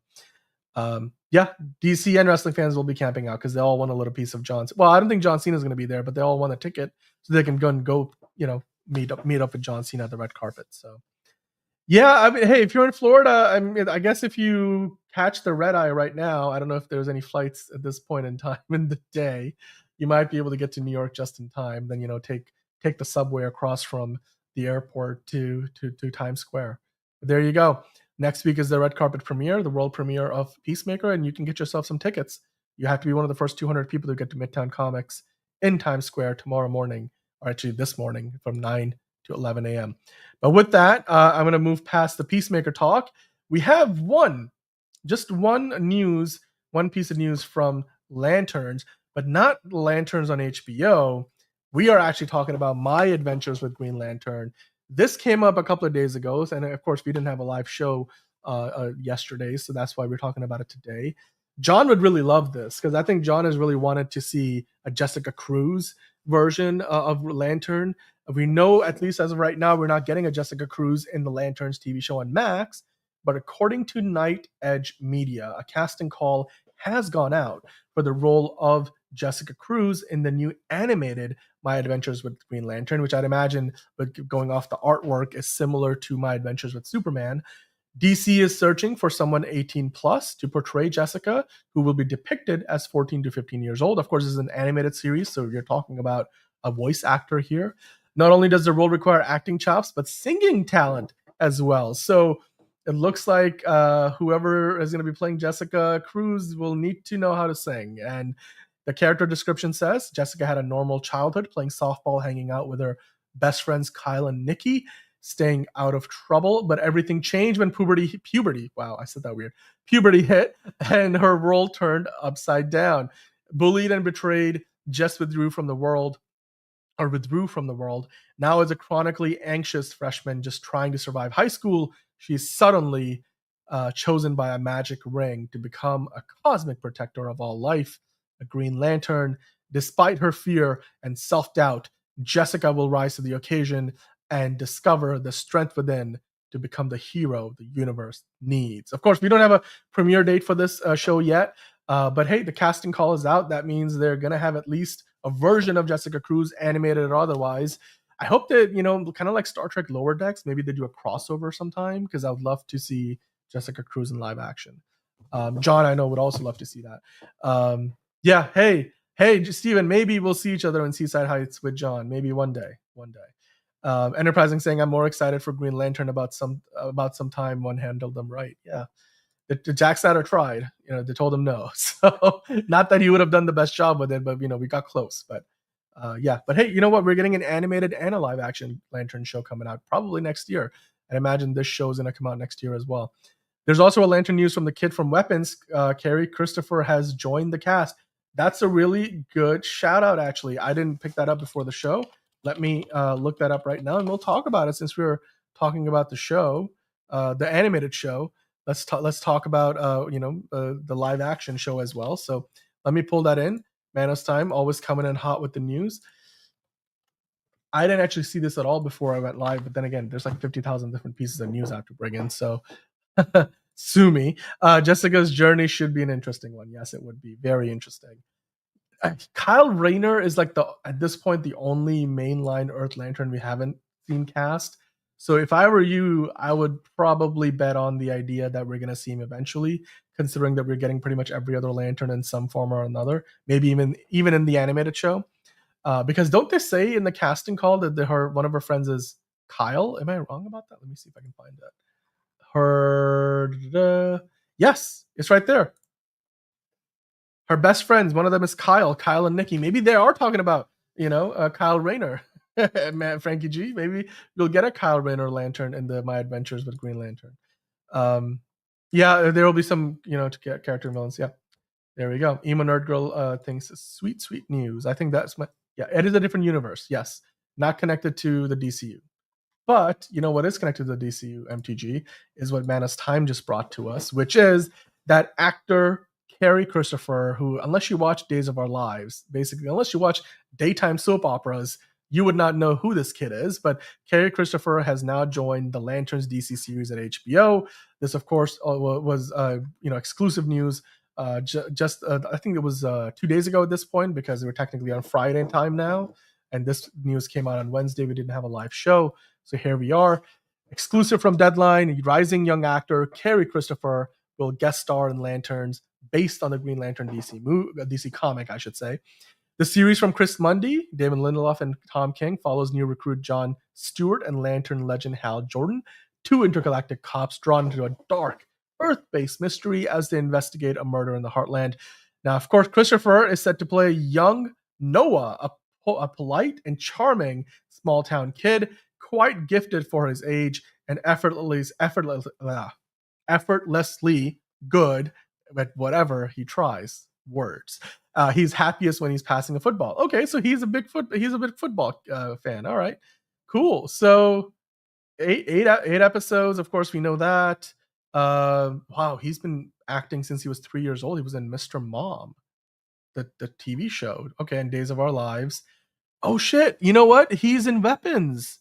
So he's one of the kids in Weapons. I don't know if you guys knew that. So Kerry Christopher right now is about to have one hell of a weekend because he's going to be, or one hell of a week already because he's in the new movie Weapons, and now he's part of the Green Lantern show. He's playing young Noah, which I don't know how he connects to the rest of the story. We'll ask John about that tomorrow. But could he be William Hand? I mean, that's a good shout. I wouldn't be able to. I mean, young Noah. Do we have an older Noah? It's possible. I wonder if he's playing a young Noah, then what is that in reference? Is there a Noah character already? You guys gotta help me out with this because I am not 100% certain. We're gonna have to get John's opinion on this. But hey, we got another actor joining up with the show. The fact that we're still getting new casting for this show and they're seemingly almost done filming is kind of mind-blowing, mind-boggling even. But there you go. Thank you, man. It's time for that news. Kerry Christopher has now joined the show. Lantern's about to carry next year. Reports that DC execs are expecting nominations. I assume you mean Emmy nominations. I myself have a couple of Emmys, actually. Sorry, I've bragged about that before. So, yeah. But hey, they're never enough, I suppose. So, moving on to the next thing. Now we're going to talk about our two main stories of the day. On a day like this, you can't just have one main story. You got to have two. So the very first one, guys, of course, you saw it on the thumbnail. You saw the news floating around on the internet. We now know that the Batman 2 is officially entered pre-production. And we know, according to the Warner Brothers Discovery's latest shareholder reports, that is going to go into production. Currently, it's expecting to go into in production in spring of 2026. So they've gone into pre-production, which means they're probably casting out some other roles that we're going to see some new cast of characters that are not coming over from the first movie. They're probably bringing back a lot of the crew that worked on the first movie, but not everybody's going to come back. So they're bringing in other department heads. They're probably starting to do pre-visualization of the different scenes, the action set pieces. I'd imagine they're also probably at this point working on building sets, doing location scouting. And Matt Reeves probably, that means, is really busy working on this. And Matt Tomlin, who's the other co-writer of Batman 2, he's probably also helping the producers and stuff with everything that's going to have to happen as this movie goes through pre-production. So this was part of course, the big Warner Brothers Discovery recent letter to shareholders for the Q3 report that they did, in which they also talked about some of their other projects and what's going on across the board with DC. But this celebrated the success of Superman, and one of the things they mentioned is that we are getting the Batman 2, and it is going to start filming in spring of next year. Which, let me just hit the refresh here one more time. But David Zaslav himself said this. And then, the other piece of news we're going to talk about in a minute with the Superman sequel. But there you go. So this right here on Facebook, I think, kind of highlights what pre-production really means. I'm going to have to start watching. So, yeah, if you want to catch Kerry Christopher, you're going to have to watch him in Days of Our Lives. I'm saying I think he's just an OG original character. This show will not only be an original story, which might disappoint a lot of fans to have a lot of original characters. Yeah, that makes sense. You're talking about Lanterns. Here we go. Batman. Yes, hype for part 2. Okay, so Enterprising is happy with the progress. Steven is here. Jeff Snyder said Robin might be in the script for the Batman 2. That sounds epic. Well, Jeff Snyder is probably just guessing. Like he said, he might be in there. So, if John was here, he would give you the proverbial. If Jeff Snyder said it, then I don't believe it. So, and Emmys, yes, Lanterns will probably get a few Emmys. If the Penguin is anything to go off of, that I'd imagine that the standard for HBO is high. Speaking of Emmys, like I said, I have a couple. So yeah, the standard is usually always high. Hello, Fiona. I didn't think you'd be awake right now. Maybe you just woke up for a bit, and thank you for popping by. I hope that you've been resting up well. If you can hear it, my voice is about to go, so I'm trying to make sure I can finish up the show before my voice leaves the voice box. But yeah, HBO boss reported to have those Emmy expectations in a report yesterday. Exactly, for Lanterns. I did see that. That's part of that big shareholder letter. But yeah, exactly, Steven. They're not going to start filming until probably spring of next year. I know here they're talking about January 2026, but if I go back a couple of articles to Variety, they're expecting to shoot next spring, preparing to begin shooting next spring. That's the official wording from Warner Brothers Discovery. Because like you said, Robert Pattinson is shooting Dune Part 3, and only after that will we be able to, he might have to even get into the gym again. I don't know what kind of shape he needs to be for Dune. Of course, he did say he was starting to train for Batman a couple of months ago. So, but they usually takes them months to kind of put on the muscle mass that they need for the role. But hey, like they say here in the post, they're hiring for various department heads. Like that would include production design, art direction, stunt coordination, costume design, makeup, obviously grip lighting, the camera department, the VFX vendors and stuff. A lot of that happens really early, actually, because they already know what scenes are what scenes are in the script, like how are we going to break this down. They're doing all the previs work, so they're making animatics, and that's going to get incorporated into the sets, digital set extensions. They will know what they're going to shoot practically, what's going to be digital, so they can already start to go out and bring in VFX companies and see all right, you're going to work on this part of the movie, you're going to work on this scene, give us a quote and stuff like that. So the post-production planning also happening now, where they already have a schedule mapped out, I bet. So yeah. Yes, exactly. Thank you, Fiona. She can confirm I have won a couple of Emmys. That's probably gonna be the last time I'll mention that, because I feel like now I'm actually bragging. But yeah, Enterprise. You're talking about the Lantern show, I imagine there, the story that they're trying to adapt. Yeah, Jeff also said Pattinson would also be in the Penguin, which ended up not being true. Right, but then again, Matt Reeves mentioned that before the show even came out, so it's not like it was a surprise. And yeah, Jeff Snyder isn't the most trust. Well, here's the thing, but most insiders, like Jeff Snyder, they won't get everything right, because sometimes they're getting the information from third-party sources, right? It's like if you're a sports fan, when there's a rumor of somebody's about to get traded, it might be literally somebody who all they do is they pick up the basketballs after the players are done at practice, and they just overhear an executive talking on the side of the court with another executive, and oh yeah, we might be trading LeBron James, and they're like, let me get this thing out to somebody important who can put this news out. But for all we know, it's third-party news. So yeah, Jeff Snyder probably doesn't get a lot of things right. He got the Jon Stewart casting wrong as well. But yeah, do you think we see Batman Part 2 casting news this year? Yes, good question. We will definitely hear about some casting for the movie this year, because that's part of pre-production. They're going to be casting for roles, especially probably the villain, unless the villain is an actor that was already in the first movie, which we don't know. But they're going to be casting for roles, especially supporting roles, and maybe, like I said, one of the starring roles, like the villain of the movie. And we're going to hear about it this year. We're going to hear about it before the end of the year. I mean, think about it. It's already August, so we have September, October, November, December. That's 4 months, and then it's January 2026. So they're gonna be spending the next 5 or 6 months roughly casting, building sets, location scouting, and so yes, we will definitely hear about it. Pennywise, yes, isn't that the Welcome to Derry show you're talking about, Emo Nerd Girl? Yes, and Andy Muschietti, who's directing the Brave and the Bold movie for the DCU, is also behind that show. Where is John? Hey, Hunter, how are you doing? John is back tomorrow. He's on assignment today, taking a bit of a break. He's actually been working on the DCU Batman fan casting options for tomorrow. If you guys have any, ideas for who you would like to see as a DCU Batman, of course, not the Robert Pattinson's already the other Batman. Let us know in the comments down below, because we might be able to bring those in tomorrow, because we'll do a Q&A session, and so we'll bring in your questions, comments, and fan theories, and then we'll do the DCU Batman fan casting. But yeah, casting as early as October. I'd imagine we might even get it sooner than that, because the script was turned in a few weeks ago, and given that they're now doing pre-production, for all we know, they might already be doing some, casting right now. They might be bringing, accepting auditions and doing callbacks, costume tests, stuff like that. So chemistry tests. Manos Time saying, do you think there's a small chance that Pattinson is going to be in the DCU? Even Zaslav said it's part of Gunn's DC plans. I don't know if he said it's part of Gunn's DC plans. James, look.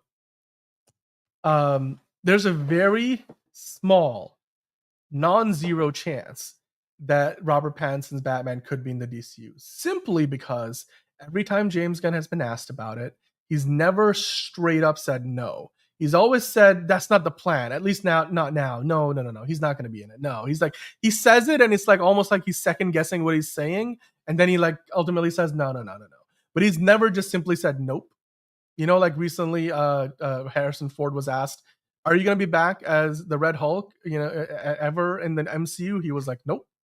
One word, definitive, done, and dusted." James Gunn has never done that when asked about Robert Pattinson being in the DCU. So I feel like there's a non-zero chance, but it's still a very, very small chance. And it's very unlikely because James Gunn has also mentioned how Matt Reeves probably wouldn't like to see his Batman, because ultimately, like, you know, it takes away a lot of creative freedom from Matt Reeves. Because then all of a sudden the continuity is going to have to match, right? Like right now, the Batman could do literally anything, has nothing to do with the DCU, doesn't have to tie into any of the other stories they're telling in the DCU. So that kind of creative freedom is rare. Like, you know, Fantastic Four had it, but once the Fantastic Four, you know, get more integrated into the MCU, Matt Shackman won't be able to really do whatever the hell he wants. Not that he was able to, that's not how the MCU works, but they were able to, you know, play in a world and a timeline where they didn't have to worry about an Iron Man. They didn't have to worry about a Captain America. It was just the Fantastic Four. Right now, that's the Batman with Robert Pattinson. So I think they would like to keep it that way. Plus, it also doesn't really mix like with the vibe of Superman or certainly the world that James Gunn has created. So, you know, we will have a Batman, obviously, with Brave and the Bold and beyond. But I don't, non-zero chance, but certainly very, very unlikely. And thank you, MTG. Yeah, thank you for that compliment. I don't know if I am the standard, but I'll take it. Enterprising saying he doesn't think that, yeah, exactly. I agree with you. Wonder who the villain will be. We were talking about that earlier. I think who asked me this question? I think you guys were mentioning Hush, maybe. Like, there was a theory about Hush, Court of Owls. I know those have all come up before. The Penguin obviously will be in the movie, but we know from everything that Colin Farrell has said that he's not going to be in as much of the movie as he was in the first one, but he's going to be in the movie. So probably not the Penguin. Mr. Freeze used to come up a lot. That's not really come up a lot lately. If they MTG saying if they do Pattinson in the DCU, number one, mistake. Number two, they can do a time jump where he's dramatically improved and will stop embarrassing us with his action stuff that made sense in a grounded universe. You know what? Yeah, but I mean, even here's the thing: as grounded as he was, he still walked through an elevator and has like everybody with automatic weapons firing at him, and somehow nobody catches him in the face. Granted, they can't see where they're shooting, but still, you got to imagine one of those strays would have caught him in the mouth or something, and he took them all down. So there is some suspension of disbelief, you know. And you can't tell me that he did, like in real life, when he's like with the wingsuit and he hits the bridge and then rolls onto the ground, that he wouldn't have broken like his spine or something significant because of the momentum that he had and that train bridge that he hit. Yeah, so there's, you know, some stuff that you gotta suspend your disbelief for, even in a grounded world. So thank you. I will keep on bragging. You know, 2 Emmys. I'm telling you, I won't be surprised if Hugo Strange or Two-Face. Look, Enterprising, here's the thing. We've talked about the Two-Face theory for a while. I don't think it's going to be Two-Face because we have seen Two-Face so many times. Like the last Joker movie had a version of Two-Face because there was Harvey Dent. So, and it seems like every second Batman movie tends to introduce Harvey Dent, or that's been the tradition. Ben Affleck didn't get to do that because he didn't even get a single solo outing, but I don't know. It's too obvious. And I feel like it's been done to death, like literally done to death. So Hugo Strange, on the other hand, much more possible. All right, and Emo Nerd Girl heading to bed. Be good, and I'll see you next time. Well, we will see you next time, and thank you for stopping by. Make sure you hit the like button on your way out. We do appreciate it. Thanks for being in the comments. Just add Emmy winning to. You know what? I will do that, MTG. I will do that. I think it's on my LinkedIn profile. Emmy winning host. Yes, I didn't win it I didn't win an Emmy for hosting the show, but I will gladly add that to my title. Okay, Fiona with a good question. Will Colin Farrell be in it? Oh, yeah, I just mentioned. So, yeah, Colin Farrell has said multiple times. He already kind of knows the size of his role because he had been in touch with Matt Reeves. We know Colin Farrell was the last big actor attached to Sergeant Rock, the movie, before that movie got put on the shelf and is now, you know, going to resume pre-production next year. So he's going to be a busy man. I mean, although, again, Sergeant Rock probably is... Oh, well, it's definitely not part of the Batman universe, the Batman epic crime saga. So it wouldn't affect him playing the Penguin in the same continuity. But yes, the short answer is we know Colin Farrell is going to be in the movie. He's talked about it recently that, he's excited to go back. And then sometimes he flip-flops on it. So, he's like, it's too much time on the table. Oh, no, I'd love to do more. Like, and even at one point it was like pretending like he didn't know how much of the script he's going to be in, even though months before he said, I have this many scenes. So yes, Colin Farrell's Penguin will be back. Unless something significant has changed in the script since we last heard from Matt Reeves, he's going to be back. Frankie G, I don't know how I feel about the two Batmans running around at the same time. Disney ran Star Wars to the ground, releasing films every year, let Battinson cook. Well, James Gunn was asked about it during the Superman World Tour. Like, are we going to get two Batman movies in the same year? And he said, no, we're not going to get more than one He was, again, non-committal in the sense that you could tell he's probably not, again, put as much thought into it as he maybe, or at least he's not letting it on, like that he's thought about it. Because currently he doesn't have a release date for Batman Brave and the Bold. We have a release date for The Batman, which is 2027, October 2027. So I think it's most likely going to be that Brave and the Bold doesn't come out till 2028 at this point. Because it's not coming out next year because the script isn't even done yet. And James Gunn said it's most likely not going to come out in the same year as The Batman. Because if there's one way you can create confusion with the average audience, because here's the thing, people, you look at the two different costume designs, you'll be able to tell they're two different Batman, two different actors, two different Batman. But I think for the average audience, you don't want to release two Batman movies in the same year simply because they'll be like, didn't they just put a Batman movie out 3 months ago? Then what is so different about this one? And then, you start explaining it to them and like a minute in, you lose them. And all of a sudden that's one more person who's not going to see a second Batman movie in the same year. So it's not going to be us hardcore fans. It's going to be about the general audience. So for that reason, I don't think we're going to get two Batman movies in the same year. The DCU does need a Batman. Exactly. We will get a Batman. The Brave and the Bold is still going to be a thing. Mr. Freeze would be nice. You know what? If you're going to bring in Mr. Freeze, you might as well bring back Arnold Schwarzenegger too. Killed the dinosaurs? The Ice Age. Exactly. What killed the dinosaurs? This is what I was saying. Colin Farrell, enterprising, he's said it at times. He has said like, "Oh, I really don't want to do this again because I spent so much time in a makeup chair." Other times he has been like, "Oh yeah, I'm excited. I know when I'm gonna be going back to work on the movie." So it's he flip flops. He's gonna get paid really well, and he clearly has signed on for multiple more appearances. So there we go. Matt Reeves would be interesting, but like Nolan's Bane, heavily watered down. Are you talking about Bane and Yeah, we could do a Bane. Probably not Tom Hardy. Matt Reeves, Mr. Freeze. Oh, okay. Yeah, I mean, people talk about it like it could be a serial killer or somewhat like a grounded version of him. You could still get really creative with it somehow, but I don't know. They already did a serial killer, so maybe they want to go in a different direction because it's the same. It's a different flavor of the same ice cream. You know what I mean? Like you had chocolate, now you have vanilla, or like strawberry. Like you had a serial killer in the Riddler, now you have a serial killer in Mr. Freeze. Although if you adapt his origin story properly, it could work very different to the Riddler, like in terms of their motivations. But anyway. Well, we'll see. Right now, we can just speculate because we have no idea who the villain is. And James Gunn keeps saying it's not who we're going to expect it to be.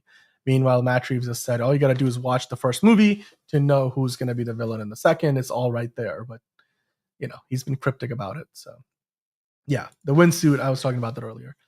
The Matt Reeves Batman is not metahuman friendly at all. If they were to introduce metahumans, it would really change up the vibe of the city. You'd also have to work out like the timeline of it all because like they have no references to metahumans in the first movie. So how does that all work? Manos Time saying, I honestly think Robert Pattinson will be in the DCU somehow, knowing that there are talks about him being in the Sandman shows, that his universe isn't as grounded as we think. Right. I mean, we talk about how the Dark Knight still feels like the more grounded set of movies, whereas Matt Reeves' Batman is meant to be grounded, but it's more noir. Like there's ways in which is more fantastical than the Batman, the Dark Knight trilogy. But there's also a lot of ways in which it feels even more grounded. So I don't know. I suppose it's possible. Like I said, James Gunn has never given us a straight up no. So for all we know, James Gunn might be hiding a nasty old secret, like Robert Pattinson shows up in the next DCU movie somehow, but or maybe he's talking about like a multiverse crossover potentially down the road, like a crisis event of some kind.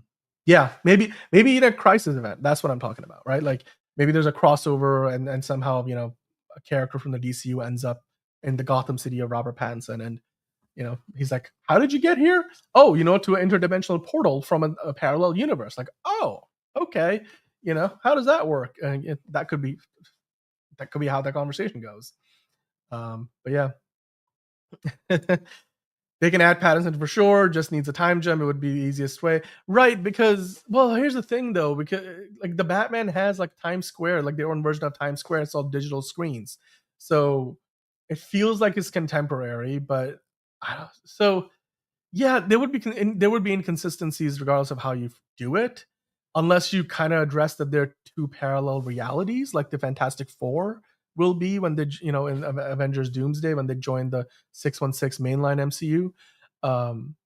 Outside of that, I don't know if you can just pretend that they're all on the same Earth, because it creates a lot of questions about time, and I don't know. It's you could go down the rabbit hole in so many ways. For me, I'm just gonna wait and see what we hear from Matt Reeves himself, because we're gonna get more casting news, and that it's in and of itself might inform a little bit of what we have to expect from the movie as we get to the later part of the year. Peacemaker will recruit Battinson to the Justice League through his multiverse door thing. Yeah, the pocket dimension thing that he has. That could work. That would be so hilarious. I mean, while you're at it, bring back Ben Affleck's Batman as well. Like I want to see more of him. That brawler Batman. I wish Ben Affleck. Yeah, it's unfortunate that he didn't get to do his own Batman movie. But anyway, my only gripe would be Pattinson costs too much right now. Just cast an unknown to be discussed tomorrow. Yes, exactly. We're talking about DCU Batman tomorrow, so don't you worry. Where the Cape is here. Hello, Where the Cape? How are you doing? Maybe the villain is Poison Ivy because of the mushrooms and the penguin. You know what? I did not think about that. Maybe it's possible. It's a bit of a reach, but I mean that's all we're doing right now anyway. So I suppose it's I wouldn't mind seeing a Poison Ivy. I definitely enjoyed seeing Poison Ivy in Batman and Robin.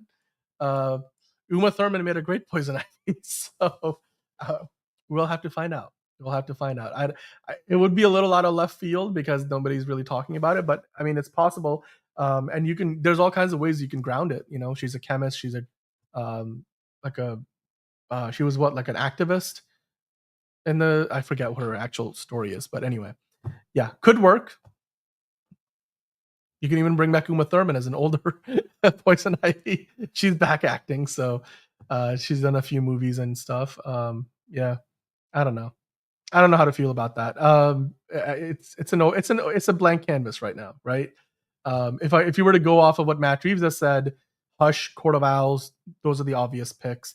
But if James Gunn is trying to convince us, it's something completely unexpected, then Poison Ivy could be just as valid an answer. So we shall find out. Are you happy finally Batman Part 2? Yes, I am happy. You can see the graphic. Okay, let me show you my screen. It's the DCU Daily graphic. I took the whole, fuck Matt, like, what are you doing, Matt Reeves? Or what is it? The fuck the Penguin? Yeah. Well, still justice for Wick, still. But yeah, I changed the graphic. I'm okay. Progress was made. It took a little too long, but still progress was made. Yes. Uma Thurman is in the new Dexter show. I haven't seen it yet, but MTG saying I personally want both Batmen to continue past Batman 2. The Reeves-verse is gold, and people will distinguish. Won't be hard, but they need to establish the DCU Batman prior to Part 2. Yes, absolutely.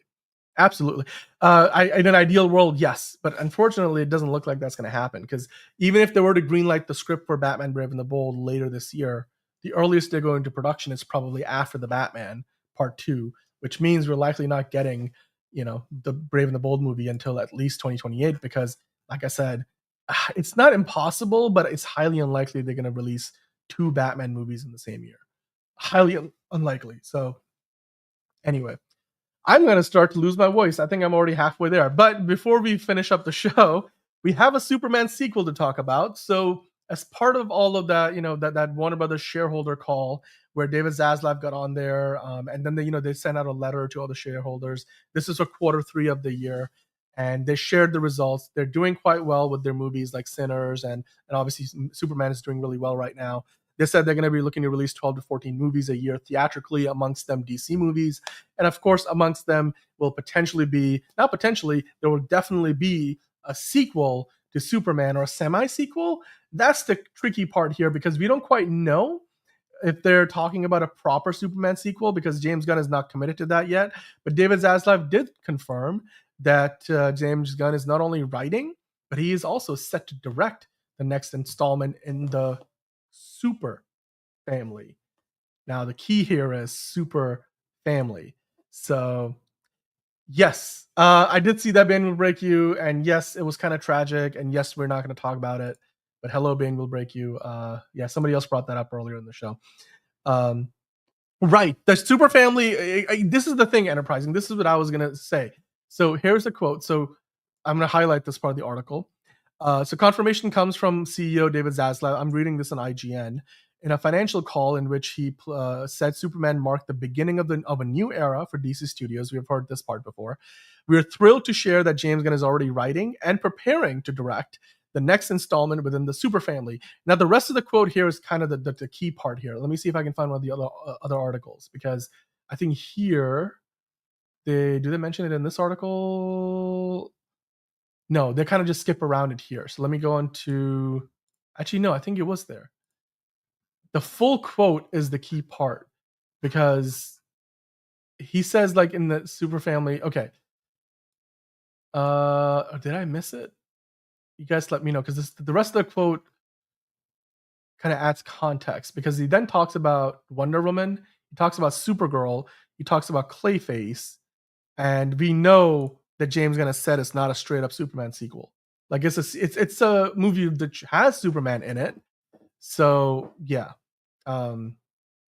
Yeah, Scarecrow's another one for Batman Part 2. Hey Jordan, how are you doing? John Kent introduced years after the first Superman movie for a team up with Damian Wayne. I don't know if they're going that far along that fast. They probably want to stick to more of their core characters. But when he said Super Family, I do think that's mostly a misnomer, because yeah, I know some of you guys were suggesting maybe it's a Supergirl Superman crossover, but like, we already had a cameo of Supergirl and Superman, and I bet you Superman's in a cameo in Supergirl. Do we really need a team up at that point? I mean, I'm not saying it's impossible, but yeah, at least he knows what he wants. Clayface cameo, Batman scene.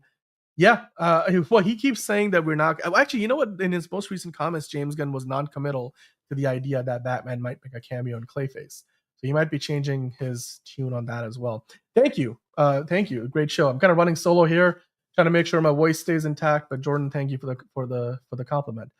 Yeah, so it's not a Superman sequel. And the other thing I was going to say, again, the term Super Family might be a bit of a misnomer, because again, it's David Zaslav talking about it, and it's not like, it's James, because James Gunn would be more careful with his wording. So when he says he's preparing, he's writing and preparing to direct the next movie within the Super Family, I don't know if he's talking about Superman, Supergirl, or like anything like that, or if he's talking about like Wonder Woman or Clayface or Batman. Brother never told you never threaten a man's family?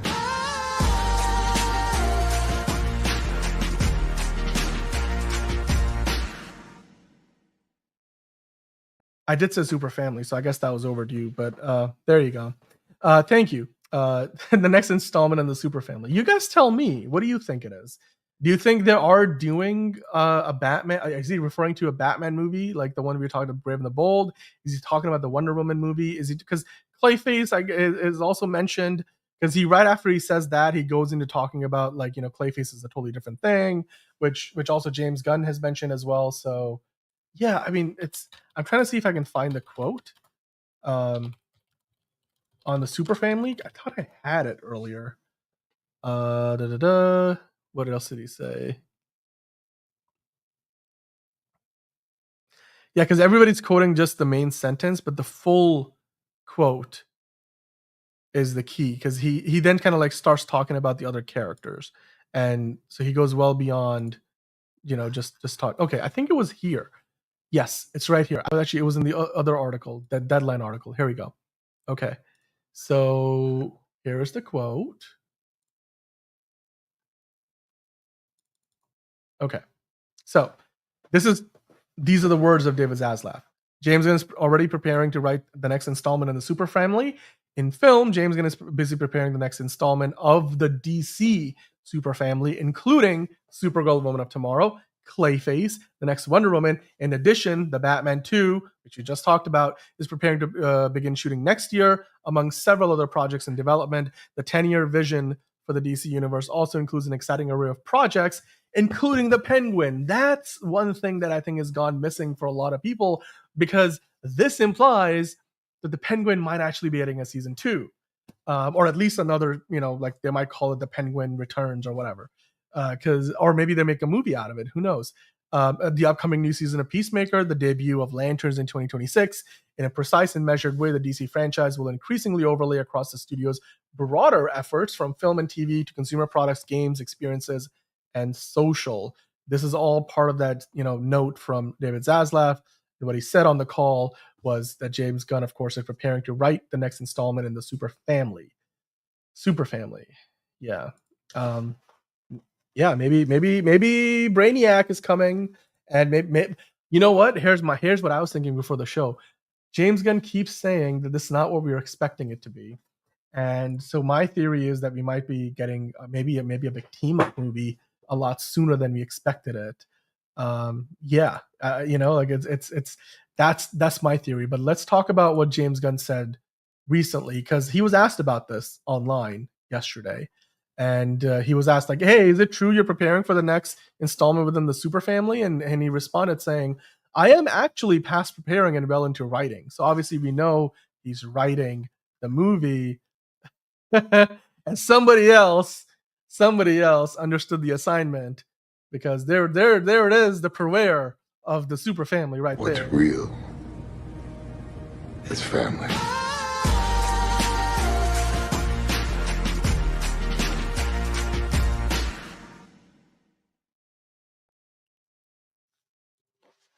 That's the definition of Super Family right there, right? He's clearly talking about the next Fast and Furious movie. This is so perfect. Like, I'm going to save this photo and I'm going to print it out and I'm going to frame it on a wall, because this is the Photoshop I've been waiting for all my life. But Bane will break you saying Superman, Supergirl, Crypto, gotta be a real tough villain to take on, like Brainiac. Yeah, it could be. That could be the perfect trifecta. I could see Lobo or another villain as a secondary threat. Yeah, it could be. I mean, again, that all depends on if you take the whole Super Family idea like literally, which I don't know if that's the way they're going. Oh no, that image burned my eyes. Yeah. Well, it's out there in the world now. I'm gonna actually hit the like on there. There we go. I appreciate that somebody is in the same wavelength as me with the humor. Zod. Yeah, we've talked about Zod. Zod might be. Well, they've done like 2 versions of him already. Like, you had the Terrence Stamp, you had the Michael Shannon version. Did they do Zod? They didn't do Zod in the Superman and Lois show, so I wouldn't mind it. It's not the first time, but you can always have a different take on it, like Joker. Harley Quinn. Well, Harley Quinn isn't really a powered, like, she doesn't have superpowers, but it could be another upcoming project. Of course, I know John probably would hate the idea, but Margot Robbie might want to come back as Harley Quinn. She was in the Suicide Squad, and James Gunn does love working with her. So, I mean, she's already busy, with 500 other projects. So I don't know if she's in a rush to get back into doing DC movies, but it's possible that Harley Quinn could have exactly John's favorite Harley Quinn, especially Margot Robbie's edition of Harley Quinn. This Photoshop it's art. It's cinema. It's not just art. It's cinema. Like, this is. And the fact that it's basically the Man of Steel suit on top of that, like, it's checking all the boxes for me right now. Yeah. Horrid, Dan. It's horrid. I don't know. I think I like it. I'm a sucker for Dom Toretto's philosophy on family. Anyway, okay. So the other thing that James Gunn recently said surrounding the mystery of the Superman mini sequel or semi sequel Like, is it a sequel? Is it not a sequel? Is it just a movie with Superman in it that's coming out after Superman? What is it, James? Well, he said, I mean, it follows Superman. What am I going to say? Like, I don't know what to say. I think what we do next is going to be unexpected. Here's what I think he's talking about. I think he's talking about the sequel of the Super Family, not literally being like the Super Friends from the 70s. I think he's talking about a Justice League movie. Like, we're going to get a Justice League movie a lot sooner than we expect. I definitely think that's got to be it, right? Like, because again, if you take it as what is most likely is that David Zaslav meant that, Super Family is in all of DC Studios, and because there's a lot of superpowered characters like, Mr. Terrific, like Green Lanterns, like Superman, Supergirl. But if you take it more in the spirit of like, he probably meant more about the movie that James Gunn specifically is writing, could it be the Justice League? Because, I mean, just because James Gunn is writing it now doesn't mean that he's going to be directing it next year. For all we know, James Gunn might not actually start, working on the movie till like late next year, early 2027. And by then, we will probably know when Wonder Woman hopefully gets greenlit. And I bet you Wonder Woman probably comes out summer of 2027, a few months ahead of Batman Part 2 with Robert Pattinson. And then Brave and the Bold probably comes out 2028, at which point, maybe you do Brave and the Bold and then do a Justice League movie. Like, why not? Like, you release Brave and the Bold maybe in the March months, like, late spring, early summer months, like the Batman did in 2022. And then late summer, like August, you put out Justice League. That could work, because by then they would have had a Wonder Woman, a Superman, a Batman, several Lanterns, all the, the members of the Justice Gang, including Hawkgirl. And they probably will have a Teen Titans team by then if Ana Aguilera finishes that script. So I'm willing to bet it might be Justice League. Jordan saying, speaking about Harley Quinn, do you think the director of Barbarian and Weapons, Zach Krieger, you're talking about, will do his Joker and Harley Quinn movie he spoke about? You know what? I heard somebody talking about this on a different podcast earlier. And he's already in the house of Warner Brothers Discovery. He's working with Warner Brothers Pictures, which is, sister studio to DC Studios. So it wouldn't be a stretch that he walks across the lot and goes to James Gunn's office and says, hey, man, I've got this idea. What do you think? But I would hope that if Weapons is a hit, he'll have a better chance at making it happen. I just hope Weapons is a hit, which the critics ratings already and the box office projections say that it will be. So if Weapons does really well, I wouldn't mind seeing Zach Krieger then go over to DC and be like, I want to direct a version of Joker and Harley. And I want to do it my way. And here's my pitch. What do you think, James? Because I think if you hit James Gunn with a good enough of an idea, like you did with Clayface, he's going to greenlight it, even if it's not part of the plan. So, got to see Margot as Harley, hopefully soonish. Yeah, Elite Easy, tell that to John. He's rolling in his bed right now. His dreams just turn into nightmares. He's going to wake up in the morning like, why was I dreaming about like Harley Quinn? It was Margot Robbie was there. And then Jared Leto showed up. Like, oh my God. He's like probably going to wake up like full of sweat and profusely sweating and just like, eyes red. And he's going to be on the show tomorrow. Like, guys, I had the worst nightmare about Margot Robbie came back as Harley Quinn in the DCU. And then we're going to get to DCU Daily. Like, John, how you were talking about that nightmare that you had? Guess what? Margot Robbie is officially coming back in the DCU with James Gunn and Zach Krieger directing a new movie.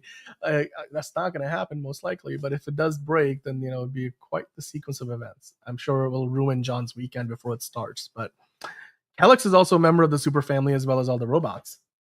A good point. But I wonder if the Superman robots were meant to be a stand-in for Kellex, or if they'll still go with a Kellex. Because Kellex is like more of a specific version of the character, not the 20,000 robots that they had in Superman. So, yeah. Yes. Elite Easy saying, give her a chance, John. She's only worked for Gunn one time. Yes, that's true. She's only done that once. I mean, she did 2 Suicide Squad movies, but only one of them was directed by James Gunn. I wouldn't mind even seeing Idris Elba come back. And I would also, obviously, Peacemaker. John Cena has done so much work already with James Gunn. They seem to be the best of friends. But you see Michaela Hoover there. She's also obviously now in the new Superman movie. And then a bunch of other actors actually from here. I mean, we know Joel Kinnaman It's not a surprise, James, because it was already ruined. Joel Kinnaman is coming back, at least in flashbacks, in the upcoming Peacemaker season. So Rick Flex Jr. is coming back as well. But yeah, why does John hate Margot Robbie? I think it's because he hates her iteration of like this. I guess he calls her girl boss Harley Quinn, which I don't understand. Like, what's so wrong?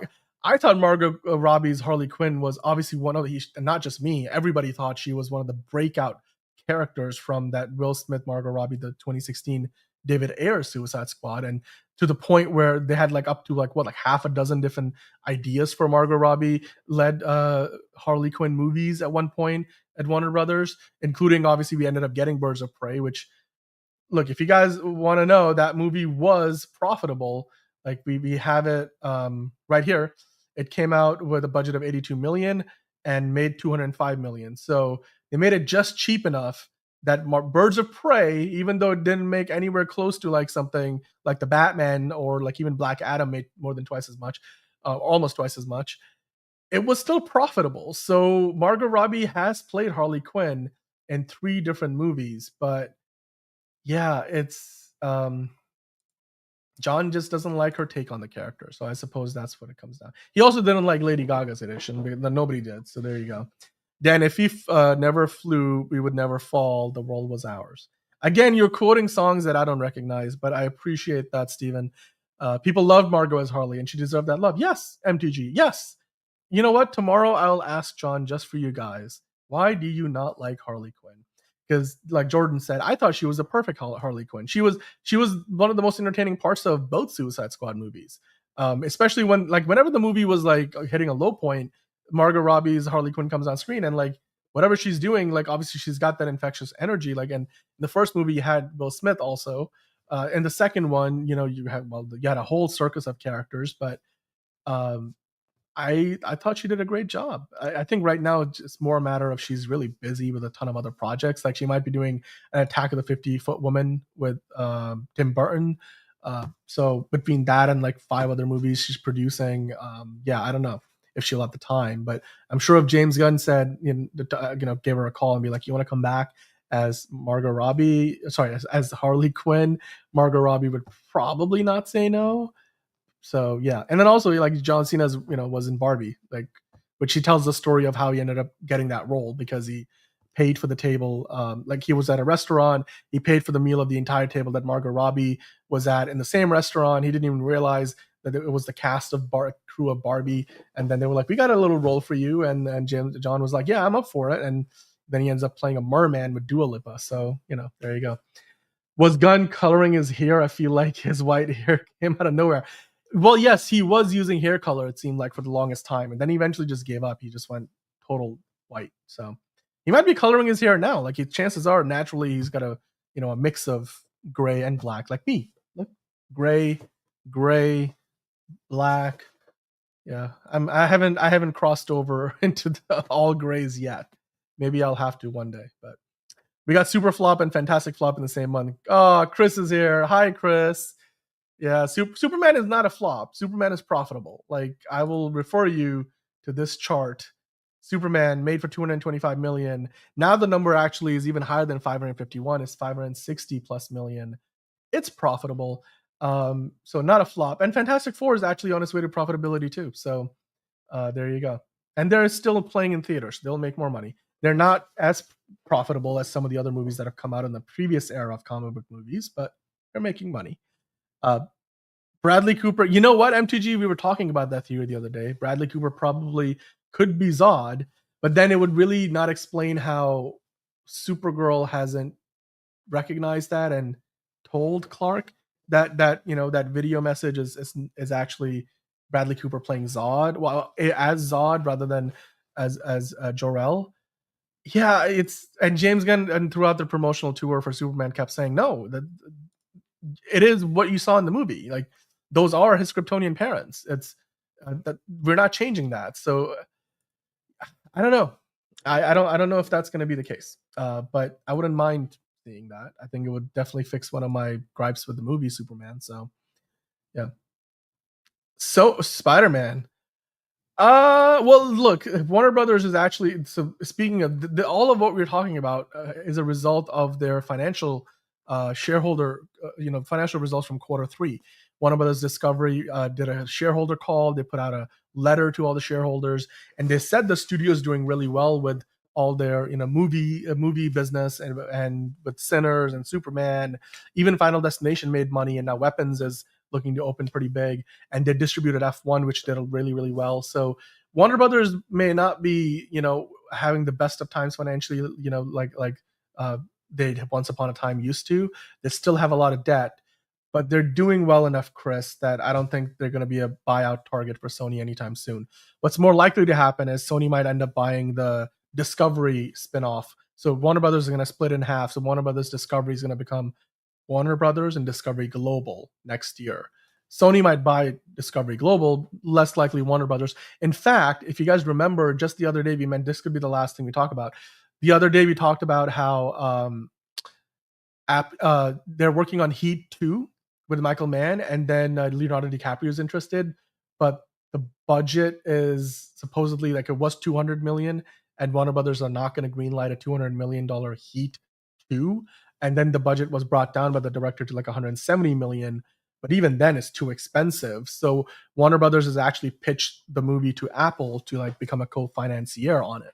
So between potentially having Apple come on board as a co-financier for Heat 2 and Warner Brothers currently distributing Apple Films' most profitable movie ever, F1, Apple and Warner Brothers have a pretty good working relationship right now. And we've talked about it in recent times. Apple has enough money in the bank to buy Warner Brothers 10 times over and still have, billions, hundreds of billions of dollars left in the bank.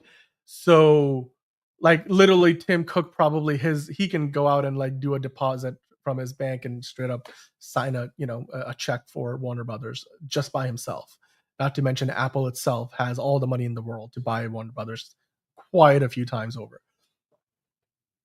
With a working relationship that's already in place, and then once Warner Brothers divest a lot of their debt as part of splitting away with Discovery is going to get loaded with a lot of the debt, and all the TV channels will move away, and then you'll be left with mostly the movie studios and all the IP, DC included, with Warner Brothers, the new Warner Brothers next year. I have a feeling Apple, if there's any company that's going to buy Warner Brothers, it's going to be Apple, considering like the working relationship they have, as well as the fact that Apple simply just can afford it. And then, Apple probably does not want to take on all that debt. And if David Zaslav has been having conversations in the background with Tim Cook and company, then it's probably not going to turn into anything significant until after, Warner Brothers Discovery splits in half, and the new Warner Brothers has very little debt compared to what they have now. That's my prediction if anything were to happen. So do you really like Superman? I think David proved everybody wrong. Yeah, I enjoyed it more and more. I think that my first experience with Superman was a little uneven. I gave it like a 7 out of 10.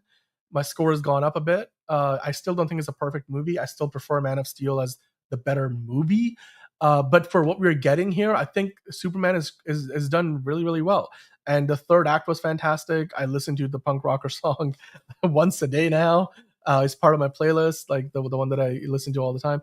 So it's done the job, and it's set up a new universe of characters, a whole set of characters, like including Justice Gang, and there's a Hall of Justice, and we're getting lanterns. We got to see Supergirl. Like there's so much. Crypto was so cute and adorable. So yes, Superman is growing on me. Jordan saying a good Vandal Savage movie is a good idea. I pictured a really good idea in my mind yesterday when I saw Jurassic World Rebirth for the first time. Okay. At the start of the film, Warner Brothers has to buy back Cartoon Network. It's my childhood. Well, yeah, but I mean, here's the thing. Cartoon Network is kind of nothing without all the IP. And the IP will stay with Warner Brothers, even if Cartoon Network goes with Discovery Global. So Warner Brothers will still own the characters that make the shows. Didn't love the third act, but I like Birds of Prey. Yeah, Birds of Prey was a good movie. Not the best, but it was a good movie.